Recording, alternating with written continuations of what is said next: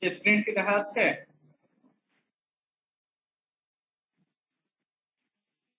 জি sir. Sir এখন start হয়নি। না স্যার দেখা যায় না। শেয়ার হয়নি এখনো।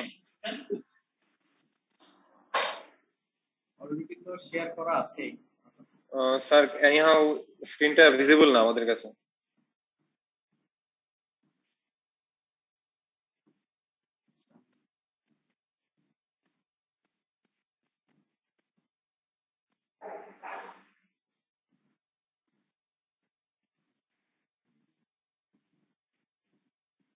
এখন কি স্যার এখন ভিজিবল?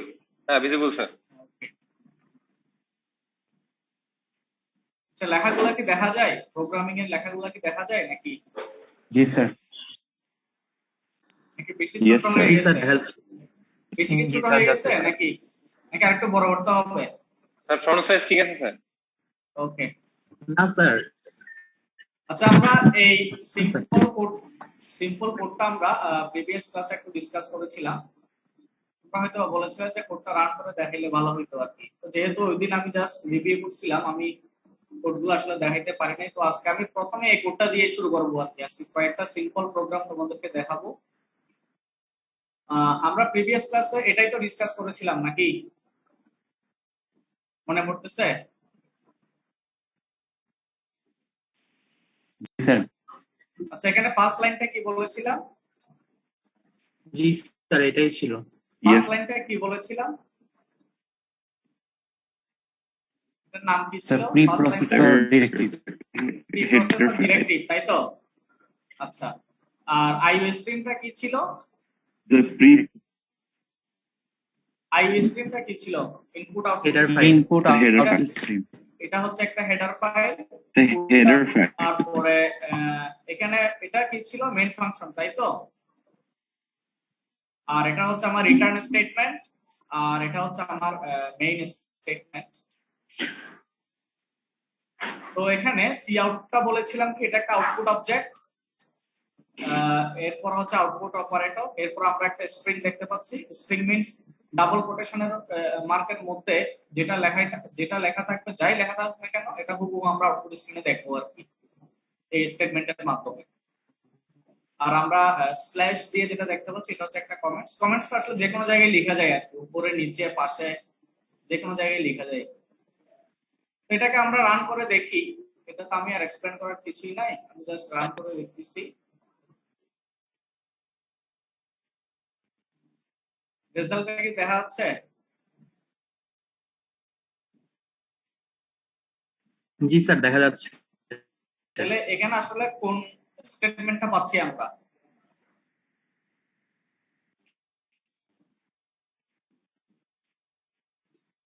মেইন প্রোগ্রাম থেকে আমরা কোন জিনিসটা আউটপুটে দেখানোর কথা ছিল? Sir, hello world. Hello world, এটা কি দেখা যাচ্ছে? জি স্যার। আচ্ছা, তাহলে এই কাজটা করতেছে কে? এই যে আউটপুট অবজেক্ট, এই অবজেক্টকে যখন আমরা কল করছি সেই আউটপুট অপারেটরের মাধ্যমে যেটা আউটপুট দেখানোর কথা সেটাই আমরা আলটিমেটলি আউটপুট স্ক্রিনে দেখতে পাচ্ছি, তাই তো? আচ্ছা, এটা গেল। এখানে কি আর কারো কিছু জানার আছে এই কোডিং এ? এই কোডটা থেকে আর কারো কোনো প্রবলেম আছে কিনা? তাহলে আমরা নেক্সট এক্সাম্পলে যাব। স্যার একটু হেল্প হ্যাঁ, বলো। দরকার স্যার। আমার ইয়েতে সফটওয়্যারের স্যার ফন্ট সাইজ অনেক ছোট হয়ে গেছে স্যার, এটা বড় করতে আচ্ছা, পারতেছি না অনেক। এটার জন্য তোমরা টুলসে গিয়ে দেখতেছো কি? জি স্যার। টুলসে যাবা, টুলসে গিয়ে এডিটর অপশনে যাবা। টুলসে গিয়ে এডিটর অপশনস, এডিটর অপশনে গেলে এই যে ফন্ট এখানে দেওয়া আছে, ফন্ট জি স্যার। দেখতে পাচ্ছি। জি স্যার। ফন্টে গিয়ে সাইজটা তোমরা 10 এর উপরে রাখবা আর কি, 14, 15, 20 যার যেরকম লাগে। এই যে সাইজটা এখানে কন্ট্রোল করতে পারবা তুমি। জি স্যার। স্যার পাইছি স্যার, ঠিক আছে। হ্যাঁ, ওকে। আচ্ছা, এখানে আর কোনো প্রশ্ন আছে? তাহলে আমরা নেক্সট এক্সাম্পলে যাই।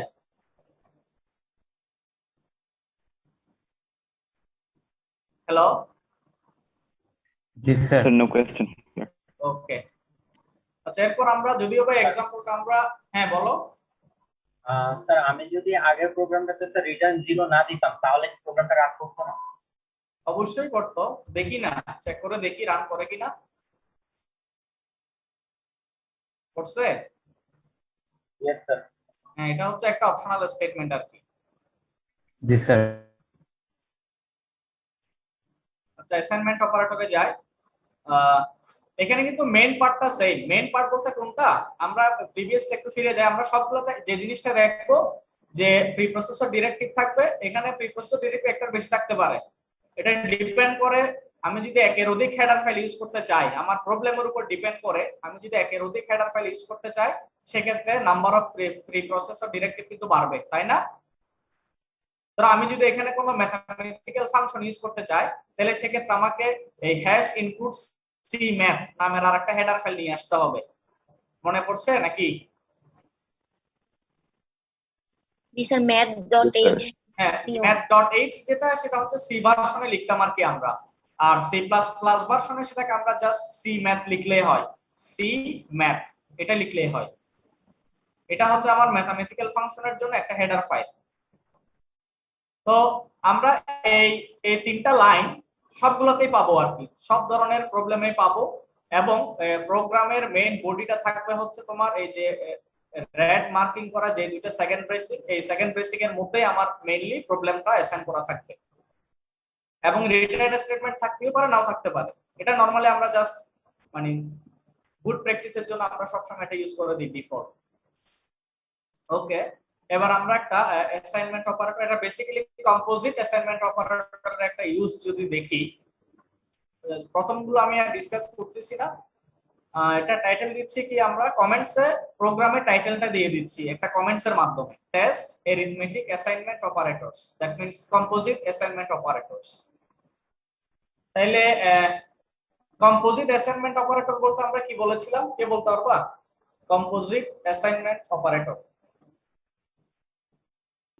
স্যার অ্যারিথমেটিকের সাথে যদি আমরা অ্যাসাইনমেন্ট অপারেটর একসাথে ইউজ করি। এখানে অলরেডি বলে দেওয়া ছিল যে অ্যারিথমেটিক অপারেটরের সাথে যদি আমরা অ্যাসাইনমেন্ট অপারেটরকে কম্বাইনলি যদি ইউজ করতে চাই, তবে সেটাকে আমরা কি বলবো, কম্পোজিট অ্যাসাইনমেন্ট অপারেটর। তাহলে আমরা সেই কাজটাই করব। আর অ্যারিথমেটিক অপারেটর কি কি সেটা তো জানি, plus minus, multiplication, division, remainder, এগুলোর সাথে আমরা অ্যাসাইনমেন্ট অপারেটরটাও ইউজ করব। Assignment means single equal sign যেটা ছিল। ওকে, তো এখানে আমরা কি করতেছি, ফার্স্ট লাইনটা কি বলতো, আমি যেটা গ্রিন লাইন করলাম, স্যার এটা sir assignment sir, Variable declaration. 45 এ এই- অ্যাসাইন করেছি। Variable declaration. আর ভেরিয়েবল ডিক্লারেশন, তাই না? Yes sir. ভেরিয়েবল ডিক্লারেশন, তাহলে ভেরিয়েবল ডিক্লারেশনে কি কি থাকবে? ডেটা টাইপ, ভ্যারিয়েবল ভেরিয়েবল থাকবে, ভেরিয়েবলের করেসপন্ডিং ডেটা টাইপ থাকবে। আর আমি যদি ভেরিয়েবলের মধ্যে কোনো ভ্যালু যদি অ্যাসাইন করতে চাই, তবে সেই অ্যাসাইনমেন্টের কাজটাও আমি ভেরিয়েবল ডিক্লারেশনের সময় করে ফেলতে পারবো, তাই না? এটাই তো বলেছিলাম, তাই তো নাকি মনে পড়তেছে? এবং এটা যেহেতু একটা স্টেটমেন্ট, সে কারণে আমরা স্টেটমেন্ট টার্মিনেটর ইউজ করতেছি এখানে। তাহলে এটাই বেসিক্যালি ভেরিয়েবল ডিক্লারেশন। এখানে একটা মাত্র ভেরিয়েবল ইউজ করা হচ্ছে, সেটা হচ্ছে n, এবং সেটা ওই ভেরিয়েবলের ডেটা টাইপ হচ্ছে ইন্টিজার, এবং ওই ভেরিয়েবলে আমরা 45 একটা ভ্যালু অ্যাসাইন করলাম। বুঝছি কিনা variable declaration? Hello, yes sir. Okay. এরপর আমরা একটা আউটপুট নিতে যাচ্ছি। আউটপুটটা কিভাবে দেখো, অ্যাজ ইট ইজ আগের মতো, এখানে একটা স্ট্রিং ইউজ করতেছি আমরা। স্ট্রিং এর মধ্যে n equals to, G sir.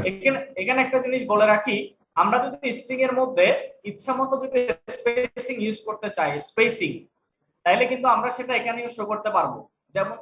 যেমন ধরো এটা এখন এক্সিস্টিং কন্ডিশন এরকম আছে, আমরা যদি চাই যে আমি এন্ড এর মাঝখানে একটু গ্যাপ বাড়াই দিব, ঠিক আছে,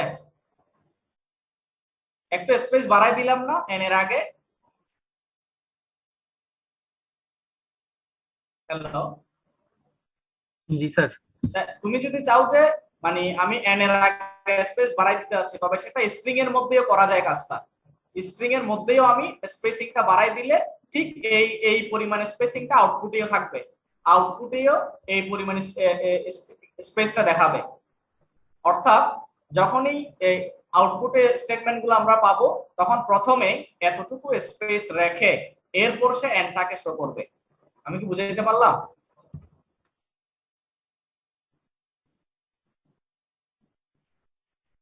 জি স্যার। এটা বলার উদ্দেশ্য হচ্ছে কি, স্ট্রিং এর মধ্যে চাইলে তুমি স্পেসিংটাকে কন্ট্রোল করতে পারো, মানে ট্যাব ক্যারেক্টার না দিয়েও।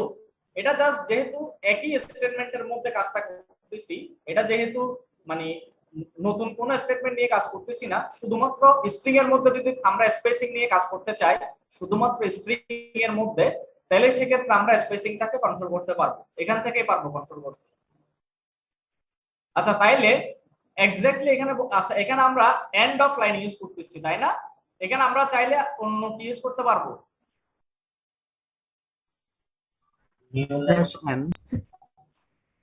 হ্যাঁ, বুঝি নাই। ব্যাকস্ল্যাশ n এটাকে আমরা নিউ একটা নাম লাইন দিছিলাম। ক্যারেক্টার ইউজ করতে হবে। হ্যাঁ হ্যাঁ, নিউ লাইন ক্যারেক্টার নামটা বলিও, আমরা নোটেশন গুলো না বলে নামগুলো বলবো, যেহেতু আমরা নাম জানি। তাহলে আমরা এন্ড অফ লাইনের পরিবর্তে কি ইউজ করতে পারি? নিউ লাইন ক্যারেক্টার, তাই তো? আর স্যার, নিউ লাইন একটা ক্যারেক্টার, জিনিস হ্যাঁ বলবো বলো। স্যার। হ্যাঁ বলো। স্যার এই যে সি আউট লেখার পর স্যার স্ট্রিং এর মধ্যে n ইকুয়াল টু এটা দেওয়া, স্যার এটা তো স্যার আমাদের আউটপুট স্ক্রিনে আসবে n ইকুয়াল টু এত, কিন্তু হ্যাঁ, স্যার exactly. আউটপুট অপারেটর দিয়ে তারপর হচ্ছে n দিয়ে দিলাম, এটা স্যার কেন দেওয়া লাগবে? আচ্ছা, আমরা মাইক্রোফোন গুলো একটু মিউট রাখি।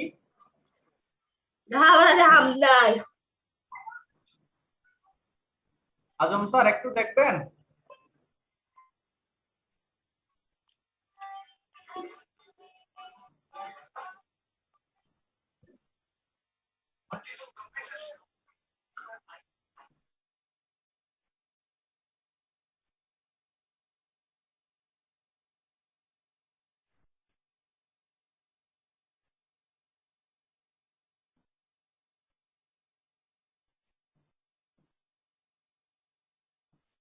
হ্যালো,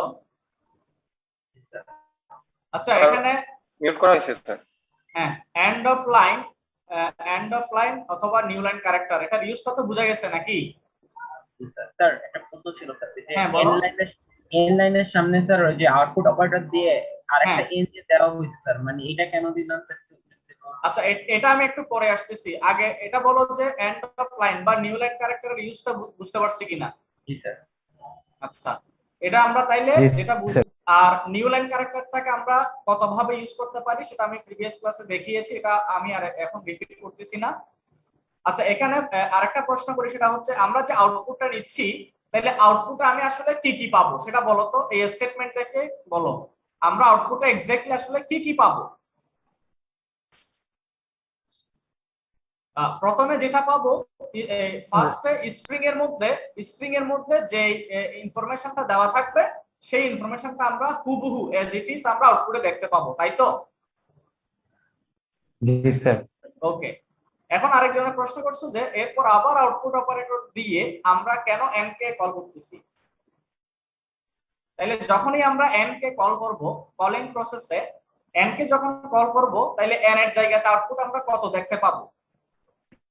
45 এটা কেন দেখতে পাচ্ছি? কারণ আমরা অলরেডি আগেই n নামক ভেরিয়েবলে 45 একটা ভ্যালু অ্যাসাইন করে দিয়েছিলাম, তাই না? তাইলে যখনই আমি n কে কল করব, তাহলে n এর অ্যাড্রেসে যে ভ্যালুটা অ্যাসাইন করা ছিল সেই ভ্যালুটা আউটপুটে এখন শো হবে। এখন কি বুঝলাম? তাইলে আমি আউটপুট আলটিমেটলি কি পাচ্ছি বলো তো? এই সিঙ্গেল আউটপুট দিয়ে আমরা আউটপুটে কি দেখতে পাবো? 45 স্যার স্ট্রিং এর মধ্যে যেটা আছে ওইটা, তারপরে হচ্ছে ওইটা, 45। হ্যাঁ exactly that means n equals to 45, তাই তো? জি স্যার। ওকে, এরপর এন্ড অফ লাইনের মাধ্যমে আমরা নেক্সট যে আউটপুটটা চাইবো সেটা অবশ্যই এই n ইকুয়ালস টু 45 এই লাইনের পরেই আসবে, তাই না? যেহেতু আমরা এন্ড অফ লাইন ইউজ করতেছি, বুঝছি? জি স্যার। ওকে, এরপর আমরা একটা স্টেটমেন্ট নিচ্ছি n প্লাস ইকুয়ালস টু 5, এটা একটা স্টেটমেন্ট। তাইলে এটাকে আমরা কিভাবে বলতে পারি? আমরা যদি ভেঙে যদি একটু বলতে চাই, বলতে পারবো n সমান n প্লাস 5।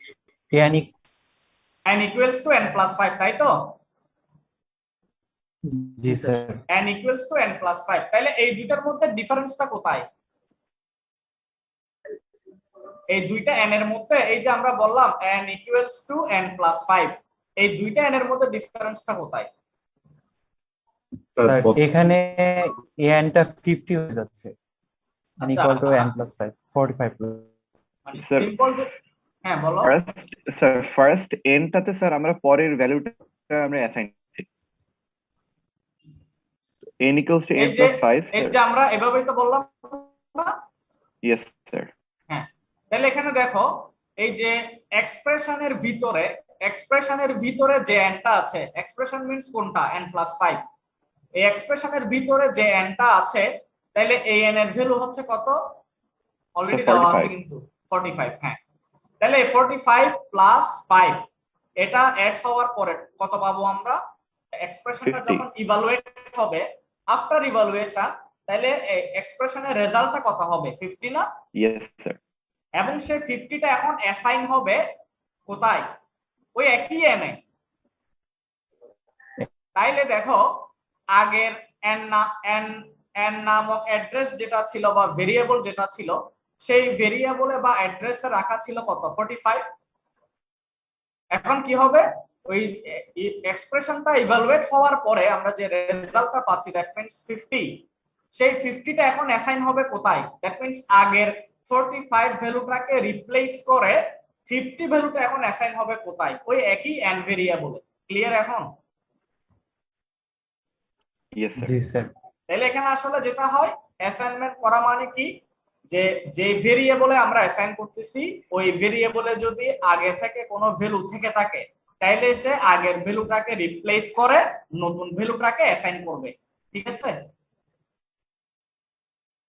ঠিক একই ভাবে এই সেম কাজটা, হ্যাঁ বলো বলো।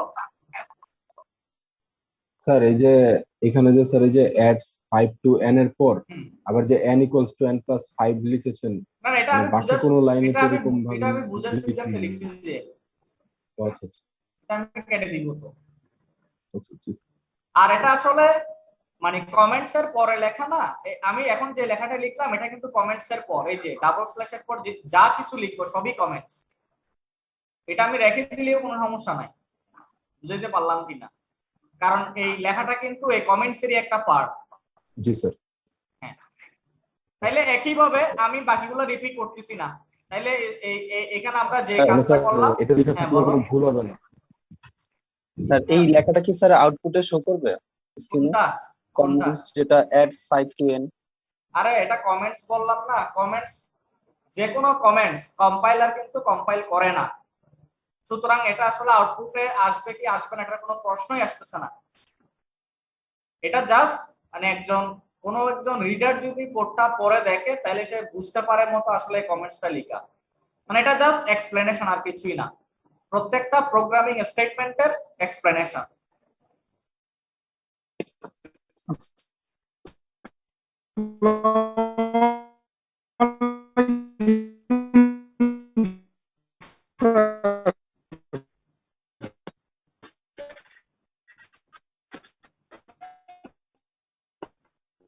শোনা যাচ্ছে না? কে কিছু বলতে চাচ্ছিল মনে হয়। স্যার হ্যাঁ বলো। শুনতে পাচ্ছেন? হ্যাঁ শুনতে পাচ্ছি, বলো। হ্যালো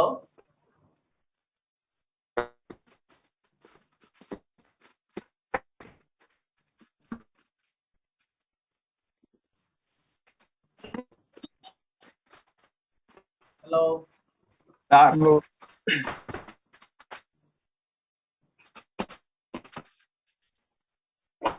স্যার স্যার বাইরে স্যার প্রচন্ড বৃষ্টির কারণে স্যার নেট পাচ্ছে না, বাইরে এসে নেট কথা বলতে হয়।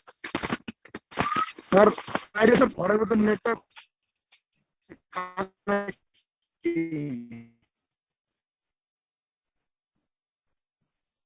স্যার ইএনডিএল এর আগে যে স্যার এনটা ইউজ করছেন, এই এনটা মানে কি যেন ছিল স্যার?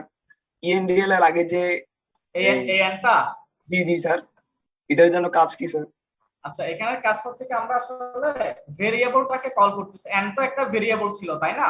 জি স্যার জি স্যার। তাইলে কোন একটা ভেরিয়েবলকে যদি আমরা কল করি, কোন একটা ভেরিয়েবলকে যখন কল করা হয় তখন ওই ভেরিয়েবলের অ্যাড্রেসে যে ভ্যালুটা অ্যাসাইন করা ছিল বা যে ভ্যালুটা দেওয়া ছিল ওই ভ্যালুটাই সে এখানে n এর পরিবর্তে শো করবে n এর জায়গাতে। ও স্যার, এটা যদি আমরা না দেই তাহলে কি শো করবে না? না দিলে ওই জায়গাতে কিছুই দেখাবে না, কারণ তোমাকে তো কল করতে হবে, তুমি যাকে দেখতে যাচ্ছ তাকে তো কল করে নিয়ে আসতে হবে, তাই না? জি স্যার, জি স্যার। তুমি তুমি যাকে চাচ্ছ তাকে যদি তুমি এখানে বলে না দাও তাইলে আমি তাকে কল করব কেমনে? তাহলে আমি এখানে চাচ্ছি কি, আমি চাচ্ছি যে আসলে এই যে n ইকুয়ালস টু যে স্টেটমেন্ট আমরা দেখাবো আউটপুটে, অর্থাৎ n এর ভ্যালুটা কত, তো n এর ভ্যালুটা কত সেটা আমরা জানতে যাচ্ছি। তাহলে n এর ভ্যালুটা কত সেটা যদি আমরা জানতে চাই তাহলে আলটিমেটলি আমাকে কাকে কল করতে হবে? n কেই তো কল করতে হবে নাকি? জি স্যার, জি স্যার। হ্যাঁ, সেই হিসেবে আর কি। আচ্ছা, তাইলে এখন এই যে এই অপারেশনটা হওয়ার পরে এখন n এর ভ্যালু কত হবে? n এর ভ্যালু আপডেট হবে না? 50 হয়ে যাবে। হ্যাঁ, n এর ভ্যালু আপডেট হয়ে 50 হবে। আচ্ছা, এখন n এর রিসেন্ট মেমোরিতে 50 থাকবে। এরপর আবার আরেকটা আউটপুট নিচ্ছি আমরা, সেই আউটপুটে কি দেখাবো? এই যে n এর আপডেট ভ্যালুটা কত সেটা দেখাবো। এবং এখানে একটা আমরা স্ট্রিং নিচ্ছি, স্ট্রিং এ তোমরা নিজেদের ইচ্ছা মতো লিখতে পারো, কোনো সমস্যা নাই। এখানে লেখা হচ্ছে কি after n plus equals to 5 comma n equals to, that means এই হুবহু লেখাটা কিন্তু আমরা আউটপুটে দেখতে পাবো, কারণ এটা একটা স্ট্রিং হিসেবে আছে, তাই না? Yes sir. তাইলে এই যে after n plus equals to 5 এটা কমপ্লিট হওয়ার পরে আমরা n ইকুয়ালস টু নতুন কত পাবো, আবার n সমান কত পাবো সেটা জানতে হলে আবার n কে কল করতে হবে, তাই না? জি স্যার। তাইলে আবার যদি আমরা n কে কল করি তাহলে n এর মেমোরিতে কত পাবো? 50 না? 45। এই আবার 45 বলে, 45টা আপডেট হয়ে গেছে না? 50 পাবো স্যার। হ্যাঁ, এই এক্সপ্রেশনটা যখন ইভালুয়েট হবে তার মানে কি n এর ভ্যালু আপডেট হয়ে গেল, তাই তো নাকি? জি স্যার। তাহলে আমরা যখন নেক্সট বার n কে কল করব তখন n এর মেমোরিতে আমরা কত পাবো? 50 পাবো। ইয়েস। এরপর আমরা আবার আরেকটা স্টেটমেন্ট নিলাম, এটাও ঠিক সেম ভাবে কাজ করবে, n ইকুয়ালস টু n-8 আর কি, n ইকুয়ালস টু n-8। তাহলে এখানে কত পাবো বলো, রেজাল্টে কত আসতে পারে বলো তো এই জায়গাতে? 42। তাহলে 50 থেকে 8 বাদ যাবে, 42। ক্লিয়ার? ওকে। এরপর নেক্সট স্যার 50 থেকে 8 বার যাবে না 45 থেকে 8 বার যাবে? ওরে আরেক প্রশ্ন করতেছে। আচ্ছা, এটার আগে কি বুঝছো n এর মেমোরিতে কত আছে এখন? স্যার 50। 50 না 45? স্যার 50। শিওর তো? হ্যাঁ স্যার। হ্যাঁ, তাহলে যদি n এর জায়গায় এখন 50 থাকে তাহলে আমি যদি n-8 করি তাহলে এখানে n এর ভ্যালু কত পাবো? স্যার 42। তাহলে n এর মধ্যে আগে ছিল 50, তাহলে এটা এক্স্যাক্টলি কি রকম ছিল আমি যদি কমেন্টসে দেখাই, n ইকুয়ালস টু n-8, তাই তো? তাহলে n এ ছিল 50 আগে, তাহলে 50 মাইনাস 8, তাহলে কত পাচ্ছি? 42। ওই 42টাই আবার অ্যাসাইন হবে n এ। তাহলে যখন আমি n কে কল করব তখন আমি কত পাবো n এর জায়গায়? স্যার 42। আচ্ছা, তারপর আবার এই এক্সপ্রেশন, তাহলে এখানে কি হবে বলো তো, আউটপুটে কি পাবো এটার n এ? 84। হ্যাঁ, বুঝি নাই। 84 84, হ্যাঁ 84। আচ্ছা, এরপর এটাতে কত পাবো? 84 ডিভাইডেড বাই 4, 21। আচ্ছা এটা গেল, তারপরে কত পাইলাম জানি? 21 স্যার। 21, হ্যাঁ। তাহলে এখানে এই n এ কত আসবে? 21। এরপর এটাতে 1। তাহলে তোমার 21 রিমাইন্ডার 5, তাহলে 4 5 20, রিমাইন্ডার কত? 1। মানে ভাগ শেষ আর কি, ভাগ শেষ 1। তাহলে আমরা ফাইনালি n এ কত পাবো? 1। বুঝা গেছে এটা? তাহলে এখানে হ্যাঁ বলো। প্রশ্ন ছিল স্যার, এই যে স্যার আপনি যে বললেন পরের যে আউটপুট অপারেটর দিয়ে যে এনটা আসলে এন যে কল করা, স্যার এইখানে কি আমি কোনোভাবে এই যে ইয়া দিতে পারবো, ডাবল কোটেশনটা দিতে পারবো এই n এ? হ্যাঁ। তখন তো এটা স্ট্রিং হয়ে যাবে।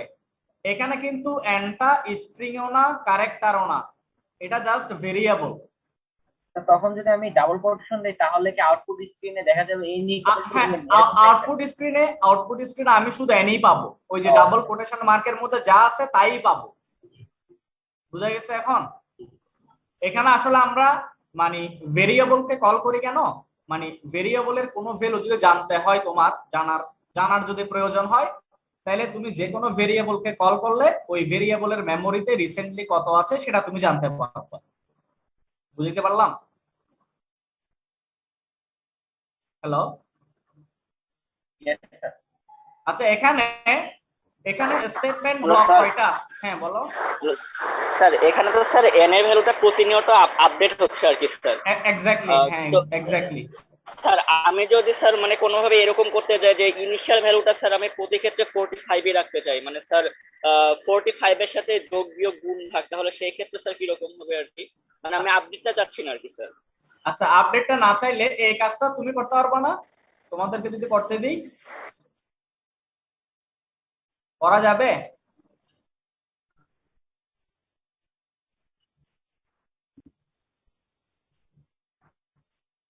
স্যার কোনটা? এই যে ও যেটা বললো প্রশ্নটা, এই যে ও যেটা বললো যে প্রতিবারই কিন্তু এনটা আপডেট হচ্ছে, তাই না, সবগুলো অপারেশনে। তো ওর যেটা প্রশ্ন ছিল সেটা হচ্ছে কি, আমরা যদি প্রতিবারে এনটাকে আপডেট না করে প্রতিবারে যদি আমি এন এর ভ্যালুটাকে 45 রাখতে চাই, মানে ইনপুট ভ্যালু হিসেবে যদি আমি 45 রাখতে চাই, সেটা কিভাবে রাখা যাবে? স্যার প্রতিবারই তাহলে এন এর ভ্যালুটা রিঅ্যাসাইন করতে হবে। এটা কি করা যাবে? প্রথম প্রশ্ন হচ্ছে করা যাবে স্যার কিনা। নতুন ভেরিয়েবল ডিক্লেয়ার করে এটা আসলে অনেক ভাবে করা যায়, অনেকভাবে করা যায়, যে যেভাবে করতে পারো আর কি। হয়তোবা অ্যাপয়েন্টমেন্ট ইয়াটা অ্যাপ্লাই না করলে হবে স্যার, মানে ইকুয়াল সাইনটা অ্যাপ্লাই না করলে হওয়ার কথা। ইকুয়াল সাইন বলতে এখানে বোঝাচ্ছ তুমি? এখানে বলতেছো ইকুয়াল সাইনটা নাকি? জি স্যার, জি স্যার। তাহলে ইকুয়াল সাইন না থাকলে এটা এক্সপ্রেশন থাকবে? আমি প্রথমে বলি স্পেসিফিক ভাবে এই কোডের ক্ষেত্রে। আচ্ছা প্রথমে আমি একটা জিনিস বলে রাখি, এটা প্রথমে বলা দরকার ছিল। এখানে আসলে এক্সাম্পল গুলাকে যেভাবে আমরা দেখতেছি এখানে বা রিপ্রেজেন্ট করতেছি, এই প্রবলেম গুলা যে মানে সব সময় এভাবে যে সলভ করতে হবে নট নেসেসারি। একই ধরনের প্রবলেমকে অনেক ভাবে সলভ করা যায়, অনেক শর্টলি বা অনেক ইলাবোরেটলি সলভ করা যায়। তো এটাই যে একমাত্র ওয়ে সেটা কিন্তু না, এটা আমরা ভাববো না আর কি। তো এখানে আমরা যে কাজটা করেছিলাম, এটা আসলে এক্সাম্পলটা ছিল কিসের? Composite assignment operator. তো আমি এক্সাম্পলই যেহেতু কম্পোজিট অ্যাসাইনমেন্ট অপারেটরে করতেছি, সুতরাং আমাকে সব ক্ষেত্রে এই কম্পোজিট অ্যাসাইনমেন্টটি ইউজ করতে হবে। আমি কি বুঝাইতে পারলাম? হ্যালো,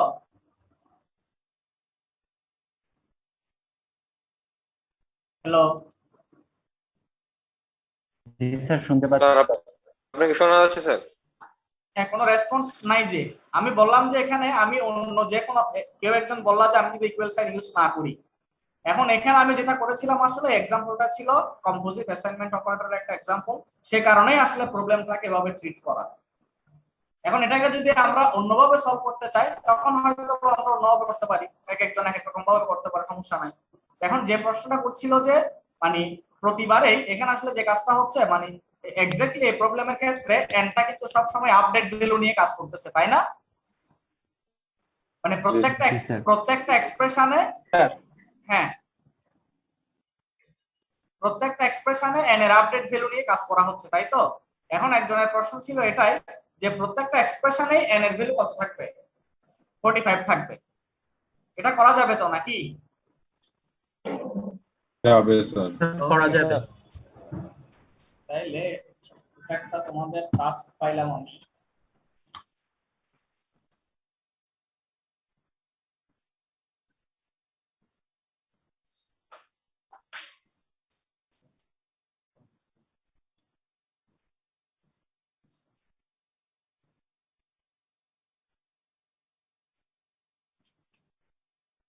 আমি তোমাদের কিছু হোম টাস্ক দিব, হ্যাঁ, তার মধ্যে এটা একটা হোম টাস্ক।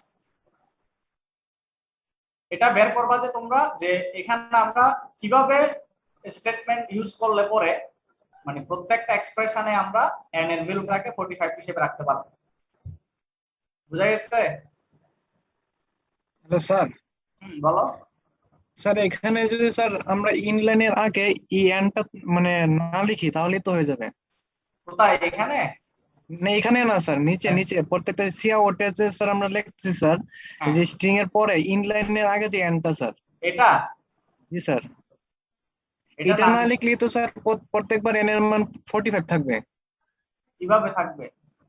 আরে ভাই এন এর ভ্যালু তো আপডেট এখানেই হয়ে যাচ্ছে। এই এক্সপ্রেশন ইভালুয়েট হওয়া মানেই হচ্ছে এন এর ভ্যালু আপডেট হওয়া। এটা তো নট নেসেসারি, এটা তো জাস্ট আউটপুট আর কিছুই না। এখানে জাস্ট আমি আউটপুটটা কল করতেছি আর কিছুই না, কিন্তু মেইন যা হওয়ার আপডেট হওয়ার ব্যাপারটা কিন্তু এখানেই হয়ে যাচ্ছে। জি স্যার। হ্যাঁ, যে প্রশ্নটা করেছো খুব সুন্দর একটা প্রশ্ন করছো এবং স্যার, এটা তোমাদের স্যার। হোম টাস্ক হিসেবে থাকবে। হ্যাঁ স্যার আমি যদি মেইন প্রথমে যখন ভেরিয়েবলটা ডিক্লেয়ার করছিলাম তখন অ্যাসাইন না করে যদি আমি ইকুয়ালিটিটা দিতাম তাহলে কেমন হতো স্যার? n equals to 45।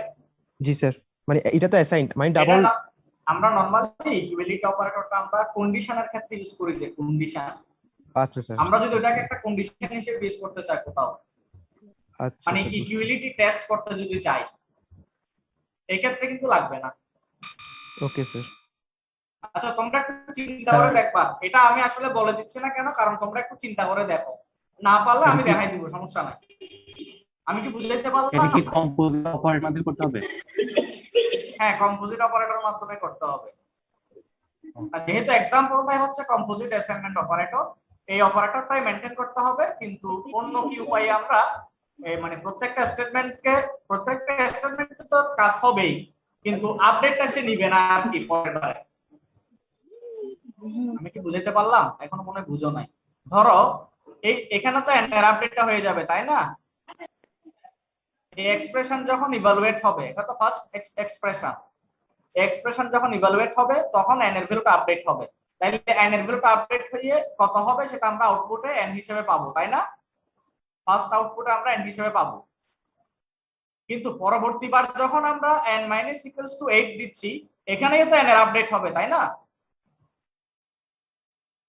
তো এখানে যেটা এই n এর ভ্যালু, এই n এর ভ্যালুটা মানে আগের 50 না থেকে এটা ভেরিয়েবলের নেম চেঞ্জ করে দিলে হয় না স্যার? এন এর জায়গায় গ্লোবাল ভেরিয়েবল নিলে হবে না স্যার? ইন্টিজার নিয়ে স্যার নতুন করে ভেরিয়েবলের নেম দিলাম, এক্স দিলাম বা ওয়াই দিলাম, আরে তারপরে ভেরিয়েবল ভ্যালু দিলাম। আমি তো সেটাই বলতেছি যে অনেক ভাবে করতে পারবা, এখন তো আমি জানতে চাচ্ছি না, অনেক ভাবে করতে পারবা, সমস্যা নাই, কিন্তু প্রবলেমটা বুঝছো কিনা, যে এই এক্সপ্রেশন যখন ইভালুয়েট হবে দ্যাট মিন্স n এর ভ্যালু আপডেট হবেই, কিন্তু এই n এর আপডেট ভ্যালুটা তুমি পরবর্তী এক্সপ্রেশনে ইউজ করতে চাচ্ছ কিনা, এটাই হচ্ছে প্রশ্ন। আমরা কিন্তু এখানে n এর আপডেট ভ্যালুগুলোকে পরবর্তী এক্সপ্রেশনে কিন্তু ইউজ করছি, কিন্তু একজনের প্রশ্ন ছিল যে এটা যে আমি n এর যে ভ্যালুটা আপডেট হচ্ছে সেই আপডেট ভ্যালুটাকে আমি পরের এক্সপ্রেশনে ইউজ করব না, আমরা প্রতি ক্ষেত্রে n এর ইনিশিয়াল ভ্যালুটাকে ইউজ করব। এখন কি বুঝাইতে পারলাম প্রশ্নটা? জি স্যার। মানে এই এক্সপ্রেশন গুলো থাকবে অ্যাজ ইট ইজ, কোনো সমস্যা নাই, কিন্তু এখানে যেটা হবে যে এই যে এক্সপ্রেশনের যখন ইভালুয়েশন হবে তখন এক্সপ্রেশনের ভিতরে যেটা n ছিল এই nটা সব সময় 45 ই থাকবে, মানে 45 প্লাস 5, 45 মাইনাস 8, 45 ইনটু 2, তারপর হচ্ছে 45 ডিভাইডেড বাই 4, তারপর 45 রিমাইন্ডার 5, এভাবেই থাকবে সব সময়। বুঝা গেছে? হ্যালো, জি স্যার। তাহলে এটা তোমরা বাসায় ট্রাই করবা, না পারলে আমরা নেক্সট ক্লাসে দেখব, ঠিক আছে? এটা তো আর কিছু জানার আছে কারো? স্যার প্রোগ্রামটা একটু রান করে দেখাবেন? অবশ্যই দেখাবো। আর এখানে স্টেটমেন্ট ব্লক কয়টা বলো তো? কয়টা স্টেটমেন্ট ব্লক এখানে? 12টা statement block, not statement.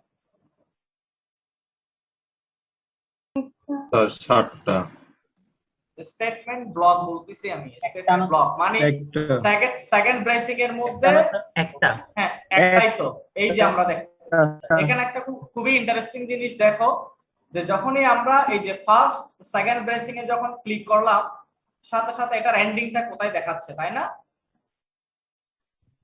G sir. That means এটা পুরোটাই হচ্ছে just single statement block. Clear? তোমরা কিন্তু এখান থেকে আরেকটা জিনিস দেখতে পারবা হচ্ছে মানে প্রত্যেকটা স্টেটমেন্ট ব্লকের স্কোপ কতটুকু, প্রত্যেকটা স্টেটমেন্ট ব্লকের স্কোপটা কতটুকু সেটা তোমরা এভাবে দেখতে পারবা যে সেকেন্ড ব্রেসিং এর উপর কার্সর রাখলে তোমরা দেখতে পারবা যে এই স্টেটমেন্ট ব্লকের স্কোপ কতটুকু পর্যন্ত আছে। ক্লিয়ার?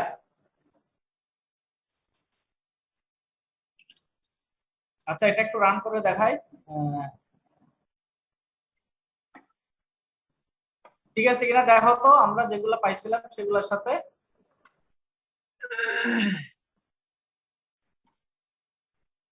ঠিক আছে,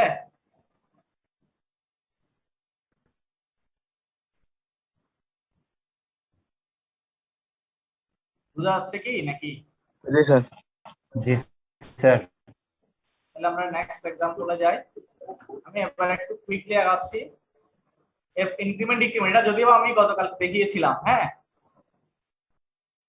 তাহলে এখানে যদি আমরা একটা রেজাল্টগুলো একটু দেখি, আমি আর ডিসকাস করতেছি না, ওই আউটপুটটা আসছে না গতকালকে যেটা দেখছিলাম? Yes sir. আচ্ছা এটা আমরা যদি pre decrement post decrement use করতাম তাহলে কত কত ছিল বলো তো, ওটা আমি এখন ট্রাই করব।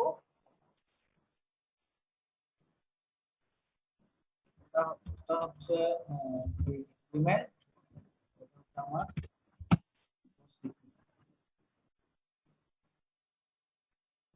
এটাতে কত পাবো বলো? স্যার ফার্স্ট এটা 20, n এর ভ্যালু 19, ফার্স্ট এটাতে m এর ভ্যালু 20, n এর ভ্যালু 19। প্রি ইনক্রিমেন্ট কিন্তু 19 19 আসবে না, ডিক্রিমেন্ট না। আমি ফার্স্ট ক্ষেত্রে সেকেন্ড ক্ষেত্রে যাওয়ার দরকার না, আগে ফার্স্ট কেসটা বলো। ফার্স্ট কেসে দুইটাতে 19 আসবে। এটা কি শিওর সবাই? জি স্যার। কারণ প্রি ইনক্রিমেন্ট যেহেতু, তাহলে m এর ডিক্রিমেন্ট আগে হবে, তাহলে m ছিল আগে 20 এখন হয়ে যাবে 19। ওই 19 ভ্যালুটা এখন অ্যাসাইন হবে n এ, তার মানে n ও 19 হবে। আর সেকেন্ড ক্ষেত্রে কি করতেছে স্যার? সেকেন্ড ক্ষেত্রে স্যার n টা হবে স্যার 20, m টা হবে স্যার 19। আগে অ্যাসাইনমেন্ট যেহেতু পোস্ট ইনক্রিমেন্ট, আগে অ্যাসাইনমেন্টের কাজটা হবে। তাহলে অ্যাসাইনমেন্টের কাজ মানে n এর ভ্যালু হচ্ছে কত? 20। n এর ভ্যালু 20 না? স্যার m এর ভ্যালু স্যার 20 আর m এর ভ্যালু হচ্ছে 19। ওকে দেখি তো আসে কিনা। ঠিক আছে,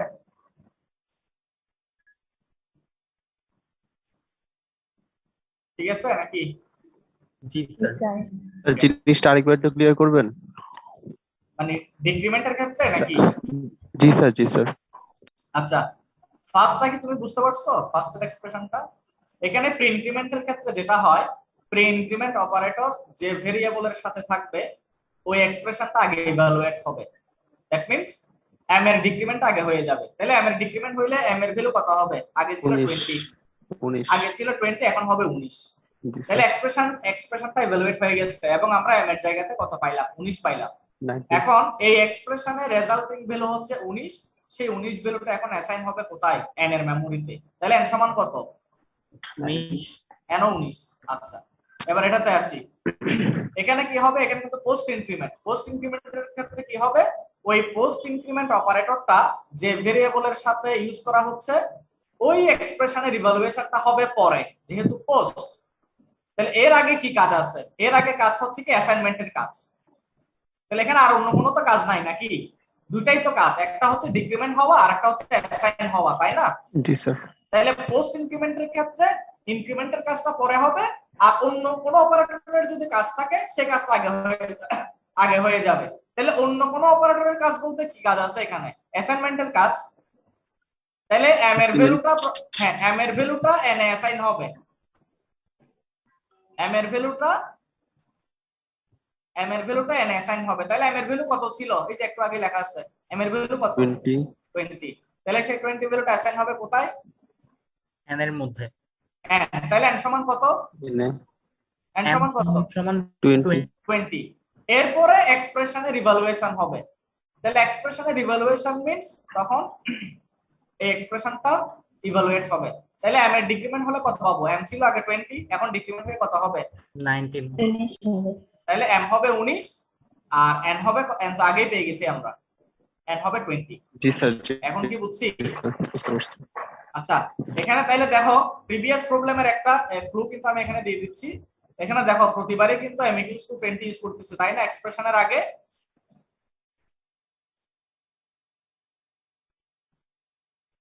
এই এক্সপ্রেশনের আগে প্রতিবারই আমরা m equals to 20 ইউজ করতেছি না? জি স্যার। তাহলে তোমরা চাইলে প্রিভিয়াস এক্সাম্পলে যেখানে কম্পোজিট অ্যাসাইনমেন্ট অপারেটর বলেছিলাম ওখানে তোমরা চাইলে প্রতিবারই n সমান 45 এভাবে স্টেটমেন্টের আগে দিয়ে দিতে পারো। ক্লিয়ার? জি এটা স্যার। হচ্ছে ইজি একটা সলিউশন আর কি। এটা ছাড়াও অনেক ভাবে করা যাবে, তোমরা এটা করবা, এক একজন এক রকম করে করবা আর কি, ট্রাই করে দেখবা। ওকে আমরা নেক্সট হতে যাচ্ছি। এরপর আমরা সুইচ ফাংশন সুইচ স্টেটমেন্টে যাব। সুইচ স্টেটমেন্ট হচ্ছে একটা সিলেকশন স্টেটমেন্ট, মনে আছে? আমরা সিলেকশন স্টেটমেন্ট কি কি পড়েছিলাম একটু বলো তো কেউ?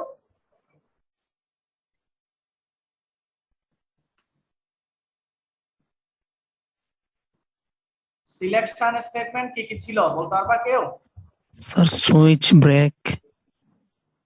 প্রথম থেকে বলো না, তুমি শেষের দিকে গুলো বলতেছো। ইফ স্টেটমেন্ট ছিল, এরপর ছিল ইফ এলস স্টেটমেন্ট,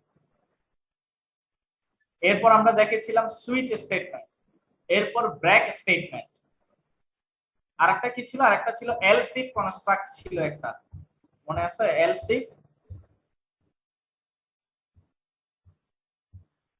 তাহলে কি কি বলছি আমি সিলেকশন স্টেটমেন্ট হিসেবে? If statement, if else statement, এরপর হচ্ছে সুইচ স্টেটমেন্ট, ব্রেক স্টেটমেন্ট, এরপর হচ্ছে এলস ইফ কনস্ট্রাক্ট। আরেকটা আমরা ভার্সন দেখেছিলাম সেটা হচ্ছে নেস্টেড সিলেকশন স্টেটমেন্ট, নেস্টিং করা, মানে একই স্টেটমেন্টকে বারবার ইউজ করা, অথবা একই স্টেটমেন্টের মধ্যে আরেকটা স্টেটমেন্ট ইউজ করা, আরেকটা সিলেকশন স্টেটমেন্ট ইউজ করা। এভাবে আমরা চাইলে নেস্টিং করতে পারি, যে একাধিক সিলেকশন স্টেটমেন্ট আমরা একই প্রোগ্রামে ইউজ করতে পারি। মনে পড়তেছে নাকি? মনে না থাকলে তোমরা স্টেটমেন্টের ভিডিও লেকচারটা আবার দেখবা, সিলেকশন স্টেটমেন্টের উপর যে ভিডিও লেকচারটা ছিল সেটা আবার দেখবা, ঠিক আছে? এখানে জাস্ট যতটুকু লাগবে শুধু আমি স্ট্রাকচারটা নিয়ে একটু ডিসকাস করব, বাকিগুলো তোমরা ওই ভিডিও লেকচার থেকে দেখে নিবা। তাহলে এখানে আমরা একটা সিলেকশন, দুইটা সিলেকশন স্টেটমেন্ট ইউজ করব এখানে, কি কি? সুইচ স্টেটমেন্ট এবং ব্রেক স্টেটমেন্ট, তাই তো? কয়টা স্টেটমেন্ট দেখতে পাচ্ছি এখানে? স্যার দুইটা। একটা হচ্ছে ব্রেক স্টেটমেন্ট আর এদিকে হচ্ছে তোমার সুইচ স্টেটমেন্ট। আচ্ছা সুইচ স্টেটমেন্টের স্ট্রাকচারটা কি? এটা অলমোস্ট স্ট্রাকচারটা এখানে দেওয়াই আছে। এখানে যেটা করতে হয় সুইচের সাথে একটা কন্ডিশন রাখতে হয়, সুইচের সাথে একটা কন্ডিশন রাখতে হয়। জেনারেলি আমরা কন্ডিশনটা ফার্স্ট ব্র্যাকেটের মধ্যে রাখি, প্যারেনথেসিসের মধ্যে রাখা হয় কন্ডিশনটা, এবং এই কন্ডিশনটা অবভিয়াসলি একটা ইন্টিগ্রাল এক্সপ্রেশন। ইন্টিগ্রাল এক্সপ্রেশন বলতে কি বোঝাচ্ছে? যে এই এক্সপ্রেশনটা ইভালুয়েট হওয়ার পরে যে রেজাল্টটা পাবো সেই রেজাল্টটা অবভিয়াসলি একটা ইন্টিজার ভ্যালু হবে। এই এক্সপ্রেশনের রেজাল্টিং ভ্যালুটা কি হবে? একটা ইন্টিজার ভ্যালু হবে। এই কারণে এটাকে বলা হচ্ছে একটা ইন্টিগ্রাল এক্সপ্রেশন। কন্ডিশনটা ইন্টিগ্রাল এক্সপ্রেশন হিসেবে থাকবে। এরপরে এই সুইচের আন্ডারে একটা স্টেটমেন্ট ব্লক থাকবে। এই যে ব্লকটা আমি এখন ক্লিক করলাম, তাহলে এখানে একটা রেড পাচ্ছি আর একটা রেড এখানে পাচ্ছি, তাই না? পরেরটা কিন্তু না, একটু খেয়াল করি। সুইচের আন্ডারে যেটা স্টেটমেন্ট ব্লক সেটা হচ্ছে এটাই। বোঝা যাচ্ছে কোনটা? জি স্যার। তাহলে এখানে দেখো এরপর থাকবে কি এরকম করে এটা স্ট্রাকচার বলতেছি আমি প্রথমে, কেস থাকবে, এটা সুইচের একটা স্ট্রাকচার, কেস থাকবে এবং এখানে ডিফল্ট নাম্বার থাকবে। ধরো এখানে n1, এটা যদি আমি n1 ধরি, n1 n2 n3 n4 n5 এভাবে থাকবে আর কি। কেস নাম্বার থাকবে, কেসটা থাকবে, কেসের পরে কেস নাম্বার থাকবে, এরপর একটা কোলন থাকবে, এরপরে স্টেটমেন্ট থাকবে। স্টেটমেন্টটা তোমার ইচ্ছা মতো লিখতে পারো। যেহেতু আমি স্টেটমেন্টগুলো আউটপুটে দেখতে চাইবো সে কারণে আমি প্রত্যেকটা স্টেটমেন্টকে আউটপুট স্টেটমেন্ট হিসেবে নিচ্ছি। এখানে যেহেতু আমরা প্রত্যেকটা স্টেটমেন্টই আমরা আউটপুটে দেখতে চাইবো সে কারণে আসলে প্রত্যেকটা স্টেটমেন্ট আমরা আউটপুট স্টেটমেন্ট হিসেবে নিচ্ছি।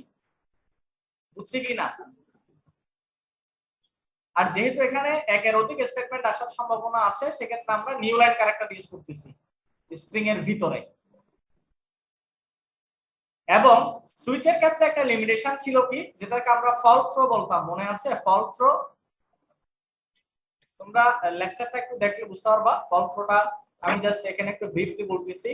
আমরা যদি এখানে ব্রেক স্টেটমেন্টটা ইউজ না করতাম, তাহলে সেক্ষেত্রে দেখা যাইতো কি যে এই সুইচের কন্ডিশন থেকে যে কেসটা স্যাটিসফাই হইতো, সুইচের কন্ডিশন থেকে যে রেজাল্টটা আসতো, যে ইন্টিজার ভ্যালুটা আসতো, ওই ইন্টিজার ভ্যালুর করেসপন্ডিং যে কেসটা স্যাটিসফাই হইতো, ওই কেসের করেসপন্ডিং স্টেটমেন্টটা আমরা আউটপুটে দেখতাম।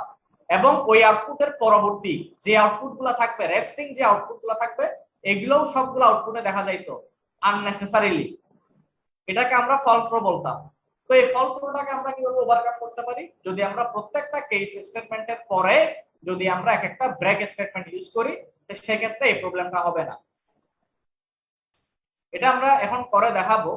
তাহলে এখানে দেখো আমরা কেসগুলোকে, হ্যাঁ বলো। স্যার এখানে কেস 6 আর কেস 4 স্যার প্রায় সেম না স্যার, কারণ দুইটাতেই বি দেওয়া গ্রেড।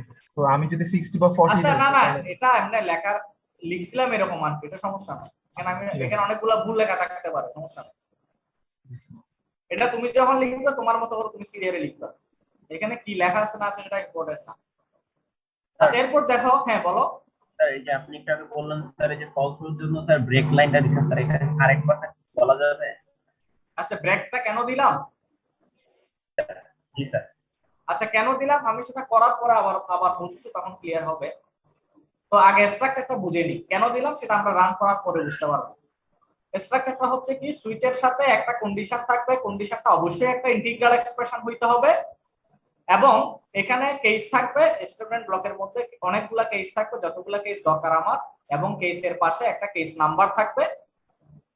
এই নাম্বারগুলোকে আমি সেটিং করব হচ্ছে আমার ইন্টিগ্রাল এক্সপ্রেশন থেকে যে রেসপন্সটা আসবে, ওই রেসপন্সের উপর বেস করে আমি কেস নাম্বারটাকে ডিস্ট্রিবিউট করব। এরপরে কলন থাকবে, কলনের পরে আমার যা ইচ্ছা আউটপুট আমি যা দেখতে চাই তাই এখানে আমি লিখতে পারবো, সমস্যা নেই। এবং স্টেটমেন্টটা কমপ্লিট হয়ে গেলে এরপর প্রত্যেকটা স্টেটমেন্টের পরে, দ্যাট মিন্স প্রত্যেকটা কেস স্টেটমেন্টের পরে আমরা একটা ব্রেক স্টেটমেন্ট সেট করব। ওকে, তাহলে এভাবে আমরা ধরো আমরা এখানে স্কোর, যেহেতু আমরা ম্যাক্সিমাম স্কোর দিব, ধরো তো 100 দিব, ম্যাক্সিমাম স্কোর হচ্ছে আমাদের 100, তাহলে 100 ডিভাইডেড বাই 10, তাহলে কত? 100 ডিভাইডেড বাই 10 মানে কত? 10। তাহলে 10টা ইন্টিজার না? জি স্যার। তাহলে সে কেস 10 এ ঢুকবে। তাহলে সুইচের যেটা কন্ডিশনের ইন্টিগ্রাল এক্সপ্রেশন থেকে যে রেজাল্টিং ভ্যালুটা পাবো সেটা হচ্ছে 10। তাহলে কোন কেসে ঢুকবে? কেস 10। এখান থেকে যে ইন্টিজার ভ্যালুটা পাবো, ওই ইন্টিজার ভ্যালু যে কেসের সাথে ম্যাচ করবে, তাহলে কোন কেসের সাথে ম্যাচ করে? কেস 10 এর সাথে ম্যাচ করে, কারণ মানে কোন কেস নাম্বারের সাথে ম্যাচ করে? 10 এর সাথে ম্যাচ করে, তাহলে সে কেস 10 এ ঢুকবে। ঢুকার পরে সে এই আউটপুটটা দেখাবে, ইওর গ্রেড ইজ A+। বুঝা গেছে? এটা দেখানোর, হ্যাঁ বলো। যদি ইন্টিজার না হয়, ধরেন স্যার 95। আচ্ছা এটা আমি একটু পরে আসি, আমি একটু পরে বলতেছি আমি ওটাতে। তাহলে এই স্টেটমেন্টটা দেখানোর পরে এরপর এই ব্রেক স্টেটমেন্টটা ইভালুয়েট হবে। তাহলে যখনই ব্রেক স্টেটমেন্টটা ইভালুয়েট হবে তখন কি হবে, যে আউটপুটে আমরা শুধুমাত্র ইওর গ্রেড 100 মার্কের জন্য, 100 স্কোরের জন্য আমি শুধু আউটপুটে একটা স্টেটমেন্টে পাবো, এবং সেটা হচ্ছে ইওর গ্রেড ইজ A+। এরপরে এই ব্রেক স্টেটমেন্টের মাধ্যমে এই লুপ থেকে বা এই স্টেটমেন্ট ব্লক থেকে সে বের হয়ে যাবে। বুঝা গেছে? এতটুকু কি বুঝা গেছে কিনা, যে ব্রেকের কাজটা কি হচ্ছে এখানে?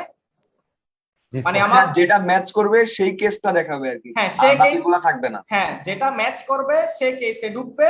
ঢুকার পরে ওই কেসে যে স্টেটমেন্টটা দেওয়া ছিল সেটা আউটপুটে প্রিন্ট হবে। প্রিন্ট হওয়ার পরে এই ব্রেক স্টেটমেন্টের মাধ্যমে সে এই স্টেটমেন্ট ব্লক থেকে বের হয়ে যাবে। বুঝা গেছে? আচ্ছা, এটা কি ক্লিয়ার এখন নাকি কনফিউশন আছে এতটুকু? হ্যাঁ স্যার। আচ্ছা এবার আমি স্কোরটা 95 দিলাম, স্কোর 95 ডিভাইডেড বাই 10, তাহলে কত হবে? 9.5 না? এক্সাক্ট আনসারটা হচ্ছে কত 9.5। জি স্যার। তাহলে ইন্টিজার ভ্যালুটা কত 9.5 এর মধ্যে 9। তাহলে সে কেস 9 এ ঢুকবে, কেস 9 এ ঢুকে সে এটা প্রিন্ট করবে, করার পরে সে ব্রেক দিয়ে এই স্টেটমেন্ট ব্লক থেকে বের হয়ে যাবে। এবার বোঝা গেছে? তাহলে স্যার ধরেন 109 পর্যন্ত হচ্ছে এ প্লাসে ঢুকবে, এরকম স্যার? এক্স্যাক্টলি 100, হ্যাঁ 109 পর্যন্ত। এই প্রবলেমের ক্ষেত্রে আর কি, এটাকে তো তুমি চাইলে অনেকভাবে চেঞ্জ করতে পারো। আচ্ছা এখানে কেস আমি এভাবে কমাইতে কমাইতে কমাইতে কেস 0 পর্যন্ত দিলাম, এরপরে ডিফল্টও কেস দেওয়া যায়। হ্যাঁ এখানে আমি ডিফল্ট হিসেবে এটাও স্ট্রাকচার, সুইচের স্ট্রাকচার ডিফল্ট থাকবে। ডিফল্টে কোনো কেস নাম্বার দিতে হয় না, মানে কোনো কেসের সাথে যদি সে ম্যাচ না করে তাহলে সে ডিফল্টে গিয়ে এই আউটপুটটা দেখাবে, error the score is out of range. এই স্কোরটা দেখানোর পরে সে ব্রেক স্টেটমেন্ট দিয়ে, মানে ব্রেক স্টেটমেন্টের মাধ্যমে সে এই লুপ বা এই স্টেটমেন্ট ব্লক থেকে বের হয়ে যাবে। ক্লিয়ার? এতটুকু কি বুঝছি আমি? জি স্যার। আচ্ছা, কিন্তু দেখো সুইচের আগেও আরো কিছু কাজ কিন্তু আছে। আমি কিন্তু এতক্ষণ ডিসকাস করলাম হচ্ছে এই পোরশনটা নিয়ে, এই যে এতটুকু নিয়ে ডিসকাস করলাম আমরা সুইচের স্ট্রাকচার নিয়ে। তো এর আগে কিছু কাজ আছে। তাহলে আমার এটা কিন্তু আমার মেইন স্টেটমেন্ট ব্লক ছিল না। এখানে যে স্টেটমেন্ট ব্লকটা আমরা দেখতে পাচ্ছি এটা কিন্তু মেইন ছিল না। এই স্টেটমেন্ট ব্লকটা ছিল বেসিক্যালি সুইচ স্টেটমেন্টের, তাই না? জি স্যার। সুইচেরই স্টেটমেন্ট ব্লক। তাহলে মেইন স্টেটমেন্ট ব্লক কোনটা? এই সেটা হচ্ছে এটা। এই যে দেখো মেইন ফাংশনের পরে যেটা সেকেন্ড ব্রেসিং শুরু হবে সেটাই হচ্ছে আমার মেইন স্টেটমেন্ট ব্লক। তাহলে এটা শেষ হচ্ছে কোথায়? নিচে গিয়ে দেখি এই যে লাস্টে। ক্লিয়ার? জি স্যার। ওকে, কমেন্টস থেকে প্লিজ গ্রেড অফ স্টুডেন্ট। এখানে আমরা স্কোর একটা ভেরিয়েবল নিচ্ছি, স্কোর হচ্ছে একটা ভেরিয়েবল, দ্যাট মিন্স এই লাইনটা হচ্ছে ভেরিয়েবল ডিক্লারেশন। ওই স্কোরের ডেটা টাইপ হচ্ছে ইন্টিজার। স্কোরের ডেটা টাইপ, তাহলে আমরা স্কোরটা কি দিব? সব সময় আমরা ইন্টিজার ভ্যালু দিব, তাই তো? 0 থেকে 100 এর মধ্যে আমরা যে কোনো ইন্টিজার ভ্যালু দিব স্কোর হিসেবে। এরপর আমরা একটা আউটপুট নিচ্ছি, এন্টার ইওর স্কোর। এই আউটপুটটা এই স্ট্রিংটা আউটপুটে আমরা এখানে ফ্লোট ইউজ করলে সমস্যা হতো কি? বুঝি নাই। আমি ফ্লোট ইউজ করতাম ইন্টিজারের জায়গায়, হ্যাঁ তো সমস্যা হতো তখন প্রবলেমটা অন্যভাবে ডিস্ট্রিবিউট করা লাগতো। আমি তো এখানে জাস্ট স্কোরটা দিচ্ছি হচ্ছে তোমার মানে ইন্টিজার ভ্যালুতে। তুমি এটা করে দেখবা, আমি বলি এখানে তো মানে প্রোগ্রাম তো রান করাইতে কোনো সমস্যা নাই। এখানে ধরো তুমি ফ্লোট দিয়ে দেখলা বা লং ডাবল দিয়ে দেখলা, ইচ্ছা মতো তুমি দিয়ে দেখতে পারবে, সমস্যা তো নাই। কি আসতেছে সেটাই তো দেখবা, শিকার বিষয় হচ্ছে তো এটাই। আমি বলতেছি কেন, এটা আমাকে প্রশ্ন না করে তোমরা যখন এই কোডটা নিয়ে কাজ করবা, এখানে কিন্তু অনেকগুলো কাজ শেখার আছে। তোমরা বিভিন্ন জায়গাতে বিভিন্ন ভাবে চেঞ্জ করে কোডের রেসপন্সটা কিরকম আসতেছে এটা তো দেখতে পারো, এটাই তো শেখার জিনিস। আর আমি যদি সবকিছুই বলে দিই তাহলে তোমরা ইন্টারেস্ট হারাই ফেলবা।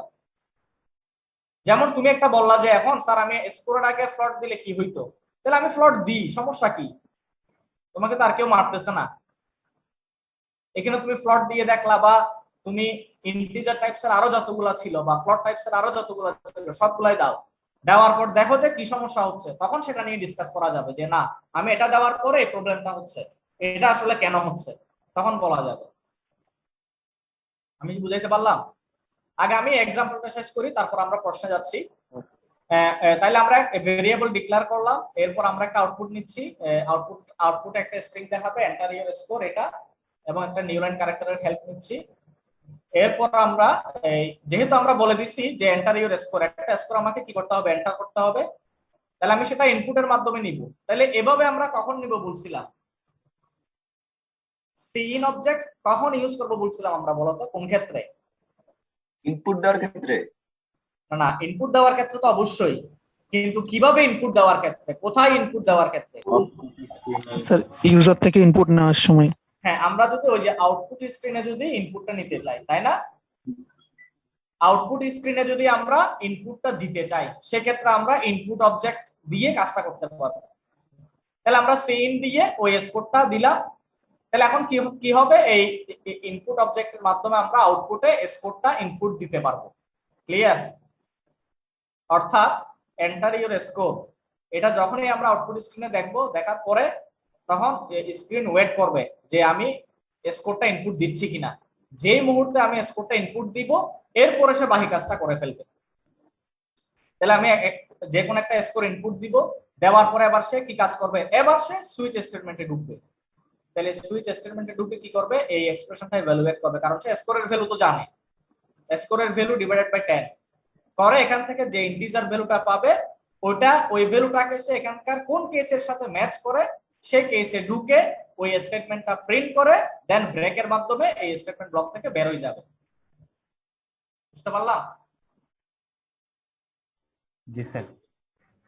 এবার হ্যাঁ বলো। এখানে তো ইন্টিজার দেওয়া হচ্ছে, তো ইন্টিজার দিলে তো স্যার মানে আপনার হচ্ছে সুইচে যাওয়ার পর তো এখানে 9.5 মানে ফ্র্যাকশনও আসতে পারতেছে, সেই ক্ষেত্রে স্যার। আচ্ছা আমি আগে একটা ভ্যালু দিই, 95 দিই। 95 দিলাম তো, এই যে আমি আউটপুট একটু দেখো আউটপুট স্ক্রিনে, তাহলে এন্টার ইউর স্কোর, এটা কিন্তু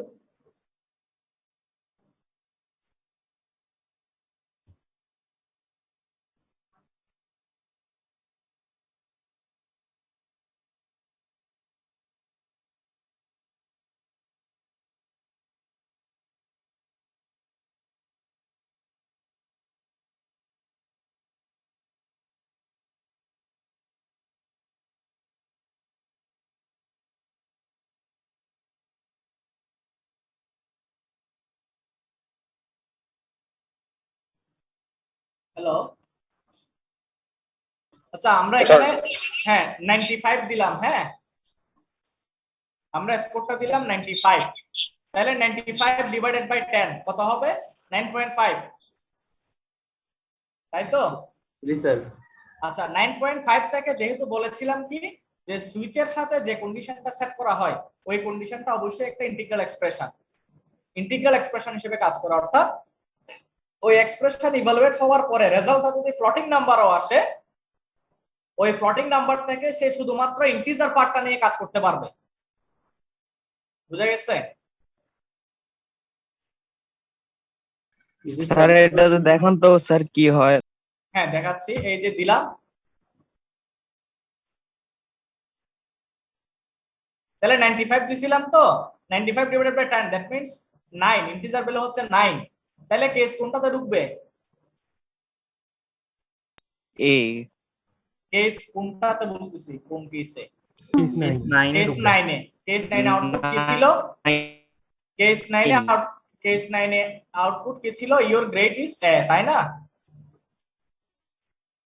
ওটা কি দেখা যাচ্ছে? জি স্যার দেখা যাচ্ছে। ওকে, এবার আমরা এই ব্রেক স্টেটমেন্ট নিয়ে একটা ইউজ দেখবো। স্যার এখানে হ্যাঁ বলো। স্যার 120 দিয়ে একটু দেখতেন স্যার। আচ্ছা দিয়ে দেখাচ্ছি, আমি আগে এটা দেখাইনি।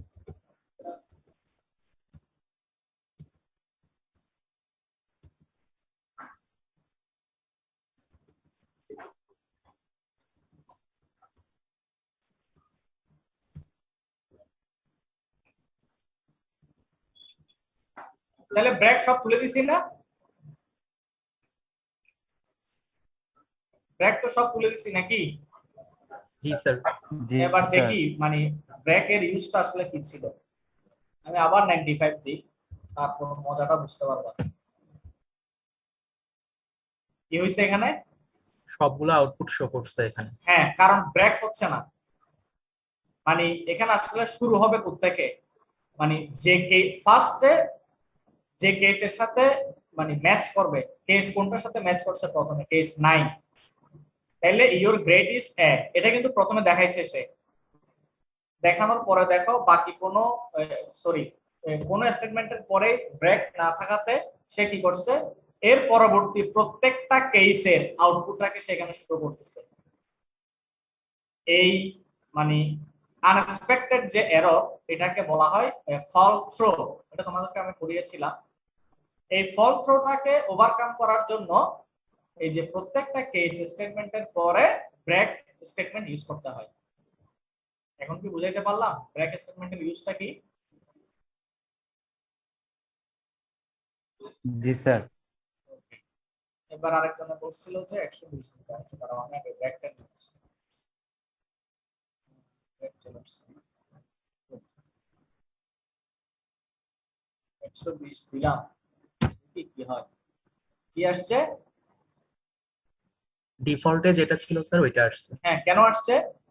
কোনো কেসের সাথে ম্যাচ করে নাই সে কারণে। কারণ কারণ এটাকে ম্যাচ করানোর জন্য আমার কেস লাগতো, কেস নাম্বার 12, তাই না? জি স্যার। ওই 12 কিন্তু এখানে নাই। বুঝা গেছে এখন? বুঝছি নাকি? জি স্যার। সেম প্রবলেমটা আমরা এলস ইফ কনস্ট্রাক্ট দিয়ে যদি করি, else if construct, same problem. তাহলে এখানে দেখো, এখানে মেইন স্টেটমেন্ট হচ্ছে এটা এখান থেকে শুরু হয়ে এখানে শেষ। এরপর আমরা ভেরিয়েবল ডিক্লারেশন করলাম, এরপর একটা আউটপুট নিলাম আগের মতোই ঠিক, এরপর আমরা ইনপুটও নিলাম আগের মতোই। এখানে এসে একটু চেঞ্জ হবে। আমরা ইফ এলস এর স্ট্রাকচারটা কি মনে আছে তোমাদের? কন্ডিশনটা কার সাথে হয়? কন্ডিশন ইফ এর সাথে না এলস এর সাথে? স্ট্রাকচার ইফ এর সাথে। ইফ এর সাথে, এক্স্যাক্টলি। তো এখানে ঠিক সেম ভাবে একটা কন্ডিশন সেট করব আমরা ইফ এর সাথে, আর এলস এর সাথে আমরা নরমালি কি সেট করি? এলস এর সাথে আমরা নরমালি স্টেটমেন্ট সেট করি আর কি, অথবা আবার এলস এর সাথে ইফও সেট করা যায়। এটাও এক ধরনের নেস্টিং, তবে এটাকে আমরা স্পেসিফিক্যালি বলে থাকি হচ্ছে এলস ইফ কনস্ট্রাক্ট। এটাও একটা সিলেকশন স্টেটমেন্ট। তাহলে দেখো, ইফ দিয়ে আমরা একটা কন্ডিশন সেট করলাম যে স্কোরটা যদি 100 এর চেয়ে বড় হয়, তাহলে আউটপুটে কি দেখাবে? স্কোরটা যদি 100 এর চেয়ে বড় হয়, দ্যাট মিন্স এই কন্ডিশন যদি ট্রু হয়, তাহলে আউটপুটে কি দেখাবে? Error, the score is out of range. এটা বুঝছি কিনা এতটুকু? জি স্যার। মানে এটা যদি ট্রু হয় আর কি কন্ডিশন। আচ্ছা, যদি ফলস হয় তখন কি হবে বলো তো? যদি কন্ডিশনটা ফলস হয়, তাহলে ধরো আমি স্কোরটা দিলাম 90, তাহলে 90 গ্রেটার দ্যান 100, তাহলে কন্ডিশনটা কি ফলস না? জি স্যার। তাহলে ফলস যদি হয়, এই আউটপুটটা কি দেখা যাবে? না স্যার, এটা দেখা যাবে না। তাহলে তখন সে কোথায় যাবে? পরবর্তীতে চলে যাবে, পরবর্তী এলসে যাবে। আমরা তো এটাই দেখেছিলাম যে ইফ এর কন্ডিশন যদি ফেল করে বা ফলস হয়, তাহলে সে এলসে যায়, তাই তো? এলসে যখন যাবে, এলস এর সাথে আমি আবার ট্যাগ করাই দিচ্ছি কাকে? If K. এলস এর সাথে আবার আমি অ্যাড করলাম কাকে? If K.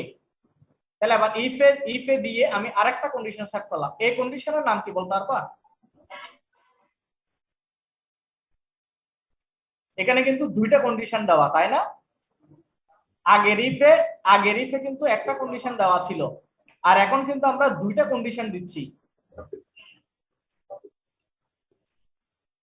Compound condition. Exactly, compound.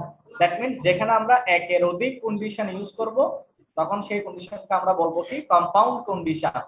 এবং এই কন্ডিশনের ক্ষেত্রে আমরা জেনারেলি কি ইউজ করে থাকি? প্রত্যেকটা কন্ডিশনের মধ্যে লিংক করার জন্য আমরা কোন অপারেটরের হেল্প নিই? Logical and. Logical operator.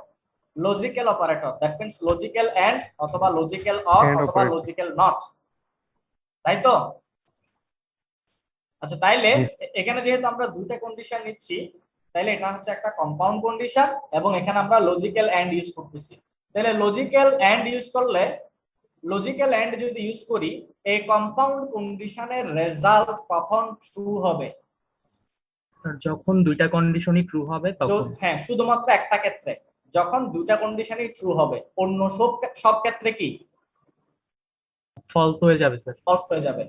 আর যদি এই জায়গাতে আমি লজিক্যাল অর ইউজ করতাম, লজিক্যাল অর যদি আমি ইউজ করতাম, তাহলে সেক্ষেত্রে কখন ফলস হইতো? সেটা কন্ডিশনটা কখন ফলস হইতো? লজিক্যাল অর দুইটাই ফলস। দুইটা যদি ফলস হতো তাহলে ফলস। দুইটাই ফলস হইতো, এক্স্যাক্টলি। আর সব ক্ষেত্রেই ট্রু থাকতো, তাই তো?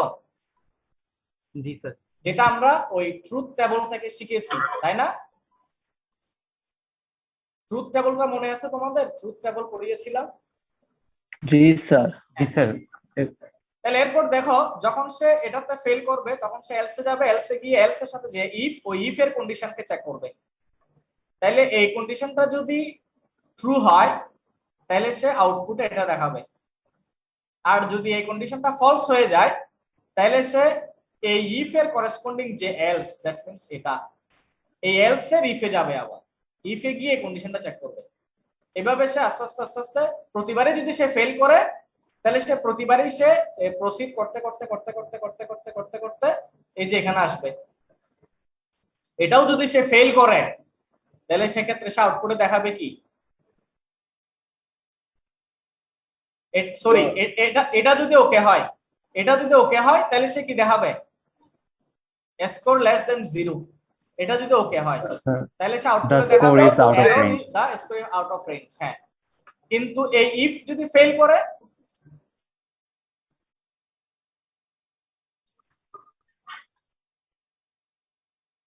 স্যার জিরো তাহলে থেকে বড় হবে। এই ইফ যদি এই ইফের পরে কিন্তু আর কোনো এলস নাই। স্যার ওই ইফটা ফেল করলে ওই সি আউটটা ওইটা দেখাবে না? ফেল করলে কোনোদিন দেখাবে না। স্যার ফেল করলে আবার চেক করবে উপরে। ইওর গ্রেড ইজ F দেখাবে। বুঝি নাই, your grade is F। Sir কিছুই শো করবে না তো। ফেল করলে কারণ এই আউটপুটটা তখনই দেখাবে যদি এই ইফ এর কন্ডিশনটা ট্রু হয়, তাই না? জি স্যার।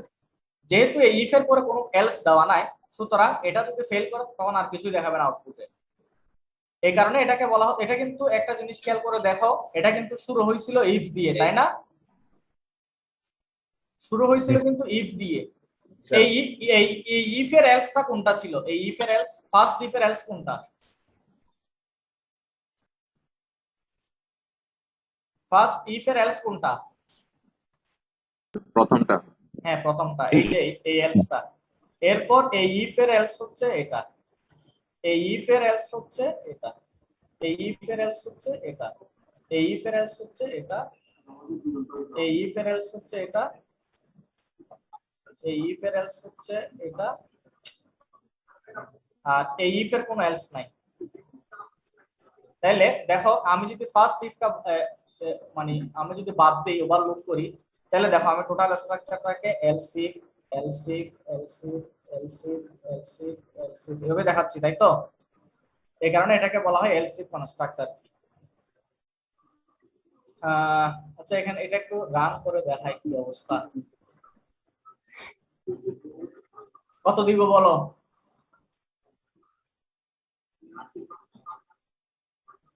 স্কোর বলো কত? 85 85 দিলাম। 85 এর জন্য A+। কেমনে দেখাইলো এটা দেখি তো একটু। তাইলে প্রথম ফার্স্ট ইফে আসি, ফার্স্ট ইফে আসি, স্কোরটা হচ্ছে 85। তাহলে 85 গ্রেটার দ্যান 100, এটা ট্রু না ফলস? ফলস। তাহলে সে নেক্সট এলস এর ইফ এর কন্ডিশনে ঢুকবে, এটাতে চেক করবে। এবার দেখো প্রথমটা 85 গ্রেটার দ্যান 80 ট্রু, আবার এদিকে হচ্ছে 85 লেস দ্যান 100, এটাও ট্রু। তাহলে দুইটাই যেহেতু ট্রু, তাহলে কন্ডিশনটা কম্পাউন্ড কন্ডিশনটা ট্রু হয়ে গেছে। তাহলে কোন আউটপুটটা প্রিন্ট হবে? ইওর গ্রেড ইজ A+, তাই না? জি স্যার। তাহলে আমরা 85 এর ক্ষেত্রে কিন্তু আলটিমেটলি এটাই পাইছি। বুঝা গেছে? জি স্যার। ওকে। এবং এই সেম প্রবলেমটা আমরা সুইচ দিয়ে তো করে দেখলাম, আবার এলস ইফ দিয়ে করে দেখলাম, এটা ইফ এলস দিয়ে করা যায়। ইফ এলসটা আমরা তোমাদের ক্লাসে দেখিয়েছিলাম, এখানে আর দেখাচ্ছি না। লাস্ট আমি আরেকটা প্রবলেম করে শেষ স্যার। করব। হ্যাঁ বলো। তাহলে এখানে স্যার 0 দিলে তো কিছু দেখাবে না। আচ্ছা, দিয়ে দেখি না।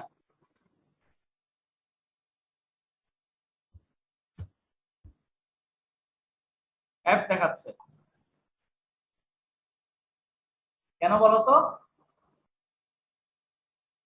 40 নিচে। এই যে এখানে দেখো, তাহলে 0 লেস দেন 40 ট্রু, আবার এখানে দেখো 0 ইকুয়ালস টু 0, এটাও ট্রু। তাহলে দুইটা যেহেতু ট্রু, কম্পাউন্ড কন্ডিশনের আলটিমেট রেজাল্ট ট্রু, সুতরাং সি আউটে দেখাবে কি your grade is F। Clear? Yes sir. তুমি যেভাবে কন্ডিশন সেট করবা সেভাবেই আসলে রেসপন্সটা আসবে। কম্পাউন্ড কন্ডিশনে যেভাবে কন্ডিশনগুলো সেট করবা সেভাবে রেসপন্সগুলো আসবে। স্যার আগের প্রোগ্রামটাতে স্যার ব্রেকের ক্ষেত্রে তখন স্যার ডাবল দিয়েছে, মানে স্টেটমেন্ট ব্লকটা স্যার দুইটা ছিল, একটা হচ্ছে মেইন ফাংশনের জন্য আর একটা হচ্ছে ব্রেকের জন্য, কেজের ইয়েতে ছিল, উপরে ছিল সুইচের জন্য। হ্যাঁ স্যার। সুইচের হ্যাঁ। জন্য। এখন তো স্যার এখানে তো স্যার আমরা কোনো ধরনের আর কোনো স্টেটমেন্ট ব্লক ইউজ করি না। এখানে দরকার হচ্ছে না তো। এখন স্যার মানে এগুলা কি মুখস্থ রাখতে হবে যে না না না না, কেন মুখস্থ রাখতে হবে? এগুলো তুমি আরো কয়েকটা প্র্যাকটিস করলে তুমি নিজেই বুঝে যাবা। এখানে আসলে ইফ এলস এর ক্ষেত্রে, হ্যালো, আমি যেহেতু এখানে এলস ইফ কনস্ট্রাক্ট ইউজ করতেছি, এলস ইফ কনস্ট্রাক্টের ক্ষেত্রে কিন্তু এটা মানে কনজিকিউটিভলি কিন্তু এটা যাইতেই থাকবে, সিকোয়েন্সিয়ালি। এখানে আমাকে আলাদা স্টেটমেন্ট দিয়ে কাজ করার দরকার নাই, যদিও বা এটা প্রবলেম টু প্রবলেম কিন্তু ডিফার করে, কিন্তু এই সিস্টেমের ক্ষেত্রে দরকার হচ্ছে না আর কি। কারণ কেন জানো, কেন দরকার হচ্ছে না জানো? ধরো এই ইফটা ফেল করলে সে এলস এর ইফে যাবে, এটা এটা স্ট্রাকচার অনুযায়ী চলে আসবে। বুঝা গেছে কিনা? কারণ আমি চাইলে একই স্ট্রাকচার তো আমি সবগুলো স্টেটমেন্টের ক্ষেত্রে ফলো করতে পারবো না। এক এক সিলেকশন স্টেটমেন্টের ক্ষেত্রে এক এক ধরনের স্ট্রাকচার হইতে পারে। যেমন ধরো এর আগে হওয়ার কারণ কি, এখানে এলস ইফ এর ক্ষেত্রে যেটা হয়, এলস ইফ আমরা সবকিছু ওই মেইন স্টেটমেন্ট ব্লকের মধ্যে করতে পারি। আর এটা হচ্ছে স্পেশাল একটা স্টেটমেন্ট, সুইচ স্টেটমেন্ট, যেটা কারণ এখানে কিছু কন্ডিশন দিতে হয়, কিছু কেস স্টেটমেন্ট দিতে হয়। সেই কারণে আসলে যে মেইন ফাংশনের পরেই ওই যে আমাদের ইনপুট বা আউটপুট দেখানোর যা, হ্যাঁ, সেগুলো দিয়ে দিতে হবে। এরপর সে শুধুমাত্র সুইচের ক্ষেত্রে কি হবে, কন্ডিশনটা সেট করতে হবে। কারণ আমি যে কন্ডিশনটা দিচ্ছি, এই কন্ডিশনের ভ্যালুটা আমি কোত্থেকে নিব, সেই ভ্যালুটা কিন্তু আমাকে আগে থেকে দিয়ে রাখতে হবে। আর না হয় সে এই ইন্টিগ্রাল এক্সপ্রেশনটা ইভালুয়েট করতে পারবে না। এবং সুইচের আন্ডারে সবসময় আরেকটা স্টেটমেন্ট ব্লক থাকে, এটা অ্যাকর্ডিং টু স্ট্রাকচার। এখন কি বুঝাইতে পারলাম? এখন আমরা লাস্ট একটা প্রবলেম দেখবো, এলসিএম জিসিডি মানে কি বলতে পারবা? এলসিএম মানে হচ্ছে স্যার লিস্ট কমন মাল্টিপল, আর জিসিডি মানে হচ্ছে গ্রেটেস্ট কমন ডিভিসর। তোমরা আমার চেয়ে ভালো পারবা, আমি তো ভুলে গেছি অনেকগুলো।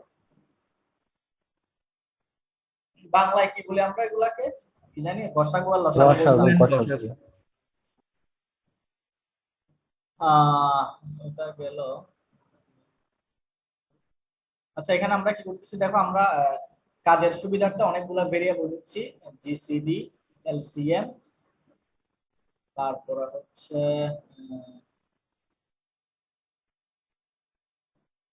এ বি সি, তারপরে এক্স ওয়াই টি, 6টা ভেরিয়েবল, 6টা 2টা 8টা, টোটাল 8টা ভেরিয়েবল নিলাম। সবগুলা ভেরিয়েবলের ডেটা টাইপই হচ্ছে আমার ইন্টিজার, তাহলে আমার ভেরিয়েবল ডিক্লারেশন শেষ।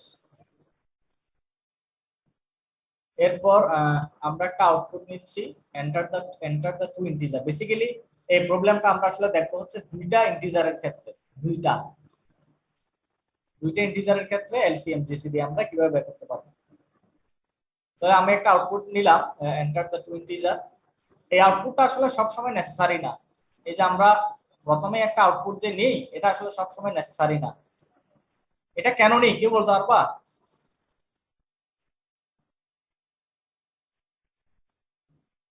স্যার এটা ইউজারকে স্যার ইন্টার টু ইন্টিজার ওটা দেখানোর জন্য, ঠিকানা ইনপুট দেবে।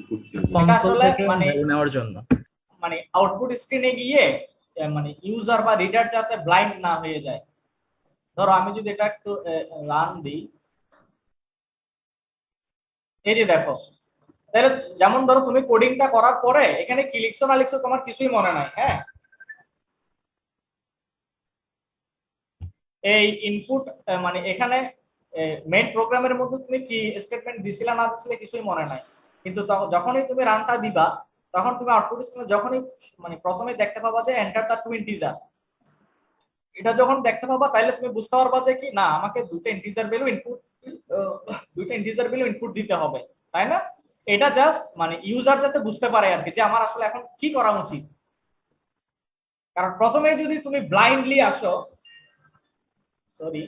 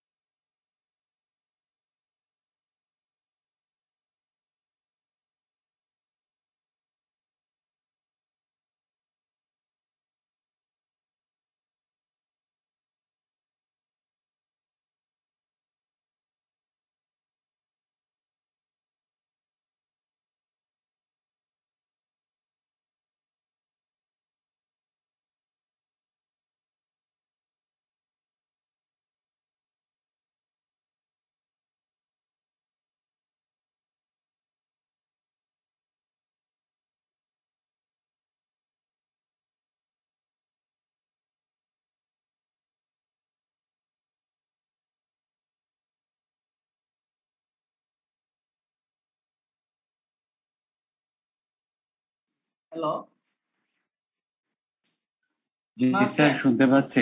হ্যাঁ, এই যে আমি যেটা বলতে চাচ্ছিলাম যে মানে আউটপুট স্ক্রিনটা যখন আসবে তখন আমরা যাতে ব্লাইন্ড না থাকি আর কি, যে প্রথমে আমরা একটা ইনস্ট্রাকশন পাবো যে এন্টার দ্য টু ইন্টিজার, তখন আমরা বুঝতে পারবো না আমাকে দুটো ইন্টিজার ইনপুট দিতে হবে।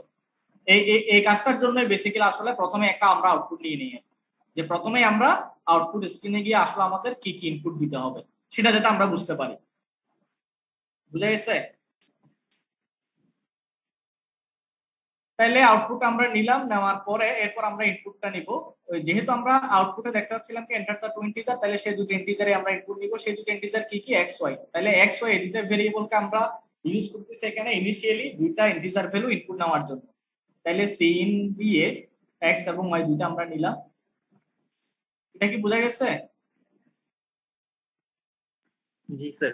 ওকে, এরপরে আমরা দুটো এক্সপ্রেশন ইউজ করলাম, যে এক্স এর ভ্যালুটাকে আমরা এ তে অ্যাসাইন করলাম, ওয়াই এর ভ্যালুটাকে আমরা বি তে অ্যাসাইন করলাম।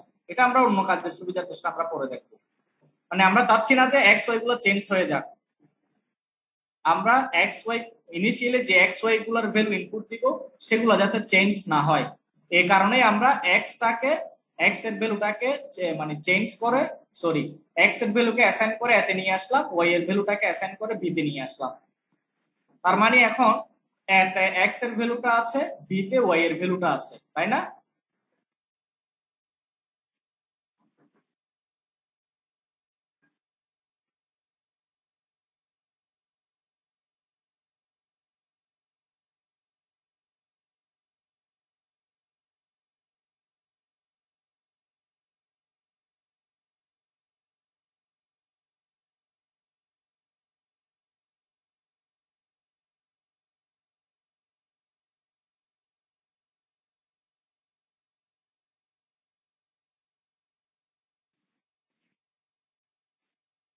তাহলে এখানে আমি যে কাজটা করতেছি যে এক্স এর ভ্যালুটা এতে অ্যাসাইন করলাম, ওয়াই এর ভ্যালুটা বি তে অ্যাসাইন করলাম। তাহলে আমি এখন এ বি তে দুইটা ভ্যালু নতুন জানি।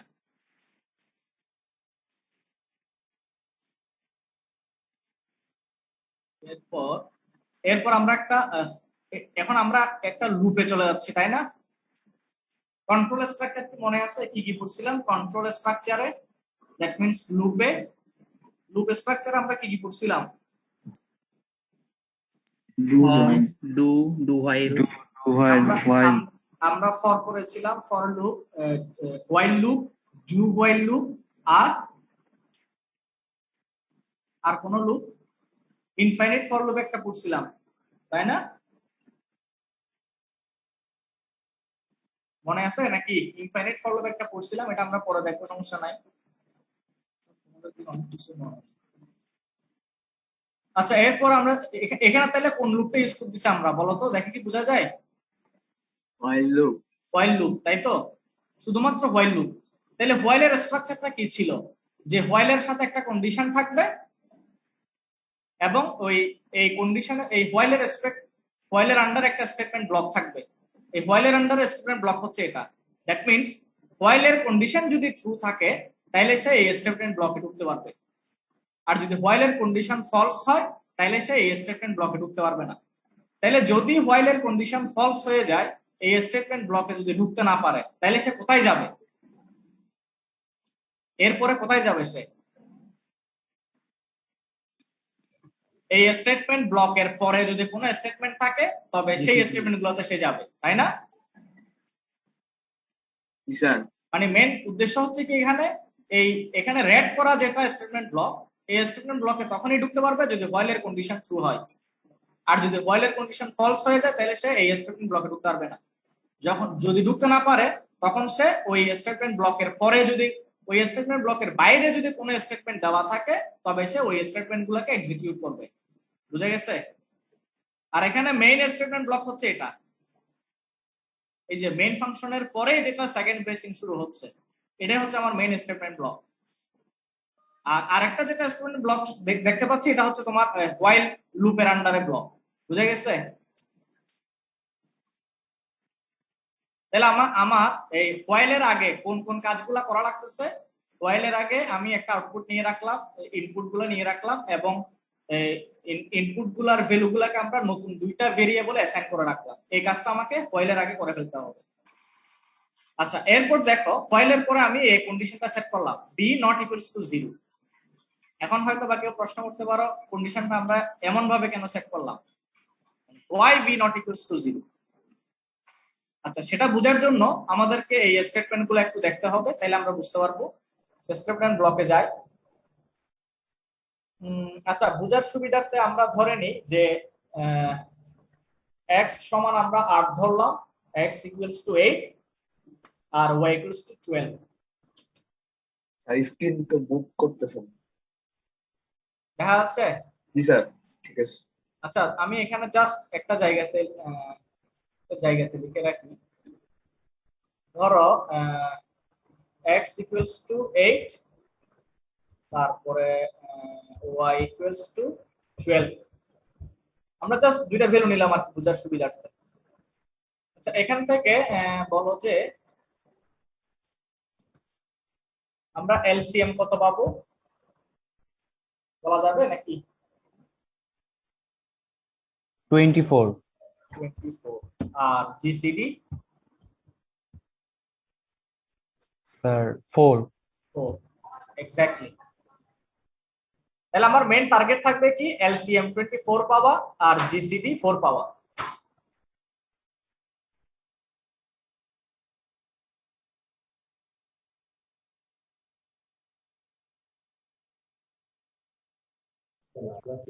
হ্যালো হ্যালো, হ্যাঁ স্যার শোনা যাচ্ছে স্যার। হ্যাঁ, তাহলে x equals to 8 y equals to 12 ধরলাম। তাহলে আমরা আমাদের টার্গেট হচ্ছে কি এলসিএম 24 আসে কিনা দেখবো আর জিসিডি 4 আসে কিনা দেখবো, তাই তো? ওকে, এবার আমরা স্টেটমেন্ট ব্লকে ঢুকলাম। ওখানে কি কি কাজ করতেছি আমরা?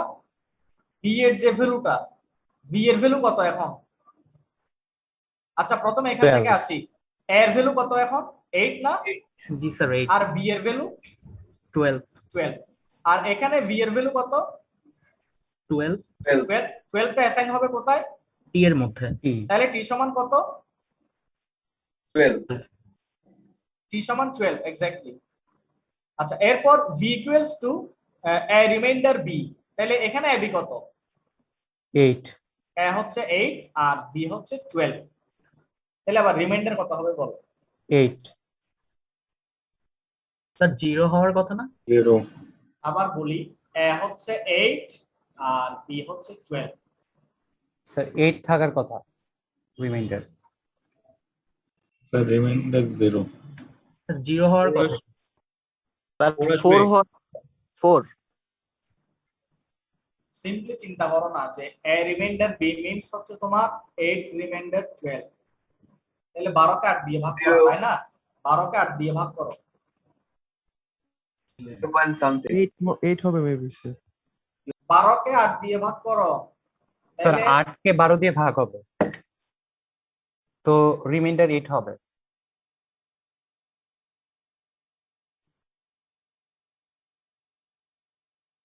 এখানে এ হচ্ছে কত? 8 না? জি স্যার। হচ্ছে 8 আর হচ্ছে 12।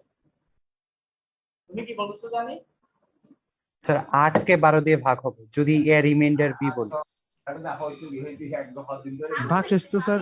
স্যার ভাগ তো যাবে না, তাহলে 8ই হবে না স্যার 8 হবে স্যার। এই মাইক্রোফোন মিউট করতে বলো তো। আচ্ছা, আমরা দুইভাবে করে দেখি, এটা সমস্যা নাই। বললাম কি প্রথমে আমরা 12 কে 8 দিয়ে করে দেখি একবার। তাহলে তোমার রিমাইন্ডার কত? 12 কে 8 দিয়ে ভাগ করলে 4। এটা একটা কেস। আর একটা কেস হচ্ছে তোমার 8 কে 12 দিয়ে করবো আমরা। তাহলে তোমার রিমাইন্ডার হচ্ছে 8, তাই তো? জি স্যার। তাহলে আমরা মানে দুইটা অ্যাপ্রোচে আগাই, সমস্যা নাই। তাহলে প্রথমে আমরা 12 কে 8 দিয়ে ভাগ করে আগাই। হ্যাঁ, 12 কে 8 দিয়ে ভাগ করে। তাহলে 12 কে যদি 8 দিয়ে ভাগ করি তাহলে রিমাইন্ডার কত? 4। আচ্ছা, তাহলে আমার ওই 4টা অ্যাসাইন হবে কোথায় এখন? বি এর মধ্যে। বি তে। তাহলে বি সমান কত? 4। তাহলে বি আগে যেটা ছিল 12 সেটা এখন কত হয়ে যাবে? 4 হয়ে যাবে। আচ্ছা, এরপরটার কাজ কি? টি এর ভ্যালু এটা অ্যাসাইন হবে। টি আমি কত রাখছিলাম 12, টি তে আমি 12 রাখছিলাম না? জি স্যার। তাহলে ওই 12টা অ্যাসাইন হবে কোথায়? আবার এতে। তাহলে এ সমান কত? 12 এ সমান 12। ইয়েস। এরপরের কাজটা কি বলো? এতটুকু তো হয়ে গেল কাজ। এখন আমি কি করব?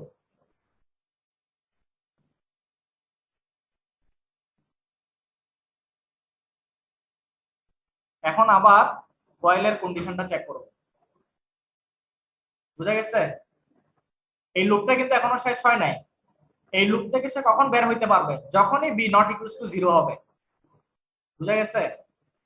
তাহলে এখন বি সমান কত আমার? 4 না? জি স্যার। তাহলে 4 নট ইকুয়ালস টু 0।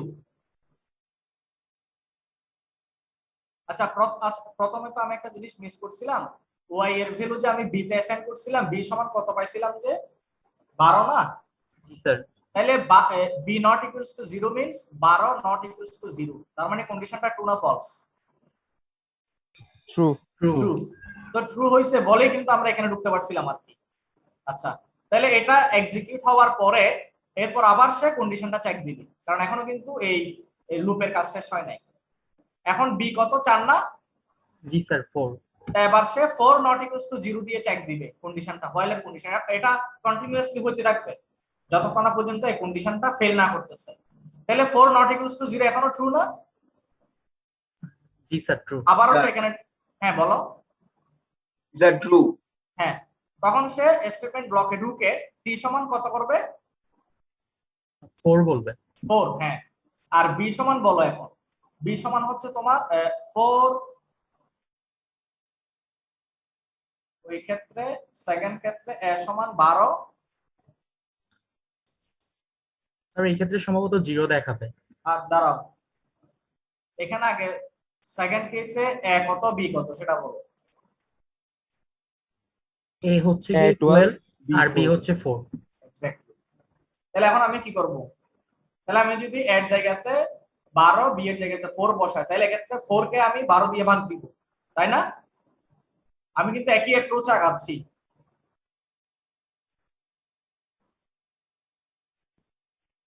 এটা কি বুঝছো কিনা? মানে আমরা সব সময় বি কে দিয়ে ভাগ দিব আর কি। ফার্স্ট কেস আমরা কি করছিলাম? বি ছিল 12 আর এ ছিল 8। আমরা কিন্তু 12 কে 8 দিয়ে ভাগ দিছিলাম, তাই না?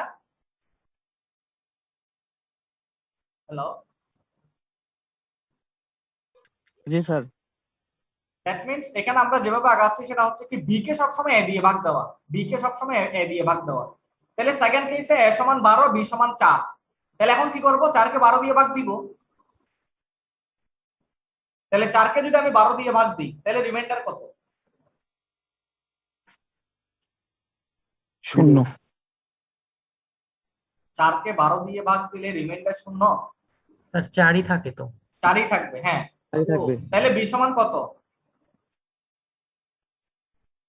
4। 4। আর এ সমান 4। টি তে আগে 4 ছিল তো, তাহলে এ সমান 4। তাহলে এখন এই স্টেপে এ সমান 4 বি সমান 4।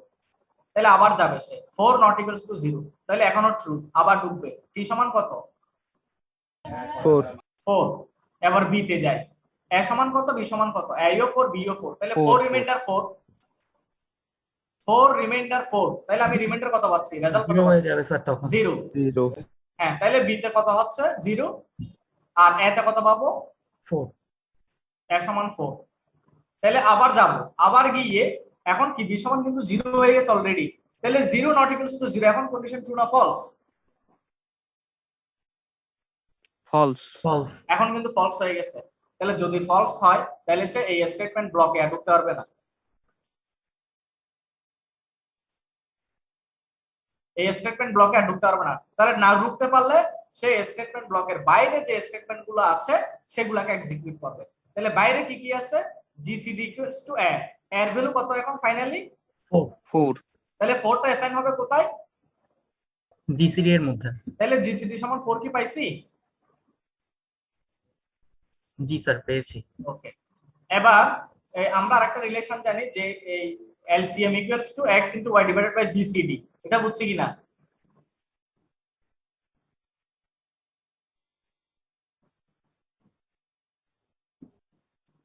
আচ্ছা ফর্মুলাতে আগে ভ্যালুটা বসাইনি, তারপর বলবো। তাহলে x এর কত ছিল মনে আছে? 8 আর 12 না? x সমান 8, y সমান 12, এই যে এখানে মনে আছে? জি স্যার। তাইলে তোমার 8 12 96 ডিভাইডেড বাই জিসিডি কত পাইলা? 4। 4। তাহলে 96 ডিভাইডেড বাই 4 ইকুয়ালস টু 24। তাহলে 24 টা অ্যাসাইন হবে কোথায়? এলসিএম এ। তাহলে এলসিএম সমান কত?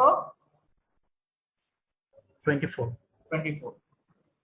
তাহলে আমি আবার দুইটা নতুন আউটপুট নিচ্ছি। একটা আউটপুটে দেখাইলাম greatest common divisor of x এর ভ্যালুকে কল করতেছি 8, এরপর এটা আবার স্ট্রিং, এটা হুবহু আসবে। আবার y কে কল করতেছি 12 ইজ, এটাও স্ট্রিং। এরপর জিসিডি তে কত দেখাবে? 4। ঠিক আছে, কিভাবে? List common multiple of x মানে 8 এন্ড y মানে 12 ইজ এলসিএম এর জায়গাতে কত দেখাবে? 24। ক্লিয়ার? জি স্যার। আচ্ছা এখানে যে ইকুয়েশনটা ইউজ করছে এটা হচ্ছে কি আসলে মানে x এবং y কে মাল্টিপ্লাই করলে যা পাবা এলসিএম এবং জিসিডি কে মাল্টিপ্লাই করলে তাই পাবা। ওই ইকুয়েশনটা এখানে ইউজ করছে। বুঝা গেছে? হ্যালো? জি স্যার। এখন এখানে একটা কাজ দিব তোমাদেরকে, সেটা হচ্ছে এটা তো আমি দুইটা নাম্বার দিয়ে দেখাইলাম, তিনটা বা চারটা নাম্বার হইলে কিভাবে আমরা এলসিএম জিসিডি বের করব।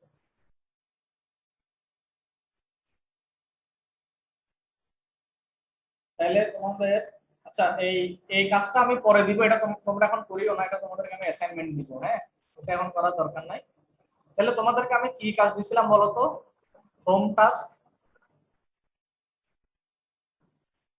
স্যার এন এর ভ্যালু কিভাবে 45 রাখা যাবে? হ্যাঁ এক্স্যাক্টলি, এটাও তো আমি বলে দিছি একটা। আচ্ছা এটা তো একটা ওয়ে বললাম, আর কোনো ওয়ে থাকলে সেটা আমি দেখবো নেক্সট ক্লাসে।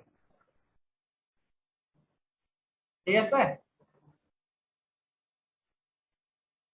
তাহলে আজকে পর্যন্ত থাক। হ্যালো? হ্যাঁ স্যার। হ্যাঁ আজম স্যার কিছু বলবেন? না স্যার। আর কারো কিছু বলার আছে?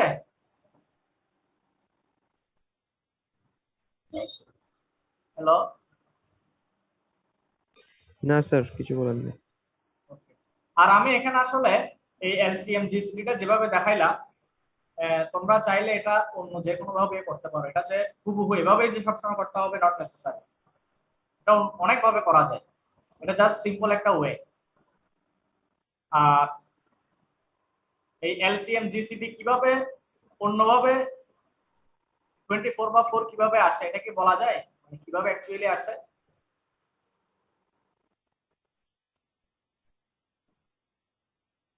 বলতে পারবা? এলসিএমটা আমরা কিভাবে পাই? এলসিএম মানে list common multiple. List common multiple. তাহলে আমরা যদি এখানে যেহেতু x y এর ভ্যালু হচ্ছে কি 8 এবং 12, তাহলে 8 এর মাল্টিপল গুলো কি? 8 এর মাল্টিপল গুলো হচ্ছে, আমরা যদি 8 কে পর্যায়ক্রমে মাল্টিপ্লাই করে যাব 1 দিয়ে 2 দিয়ে 3 দিয়ে 4 দিয়ে এভাবে, তাহলে 8 এর মাল্টিপল গুলো কি কি কয়েকটা বলো তো? 1 2 4 8।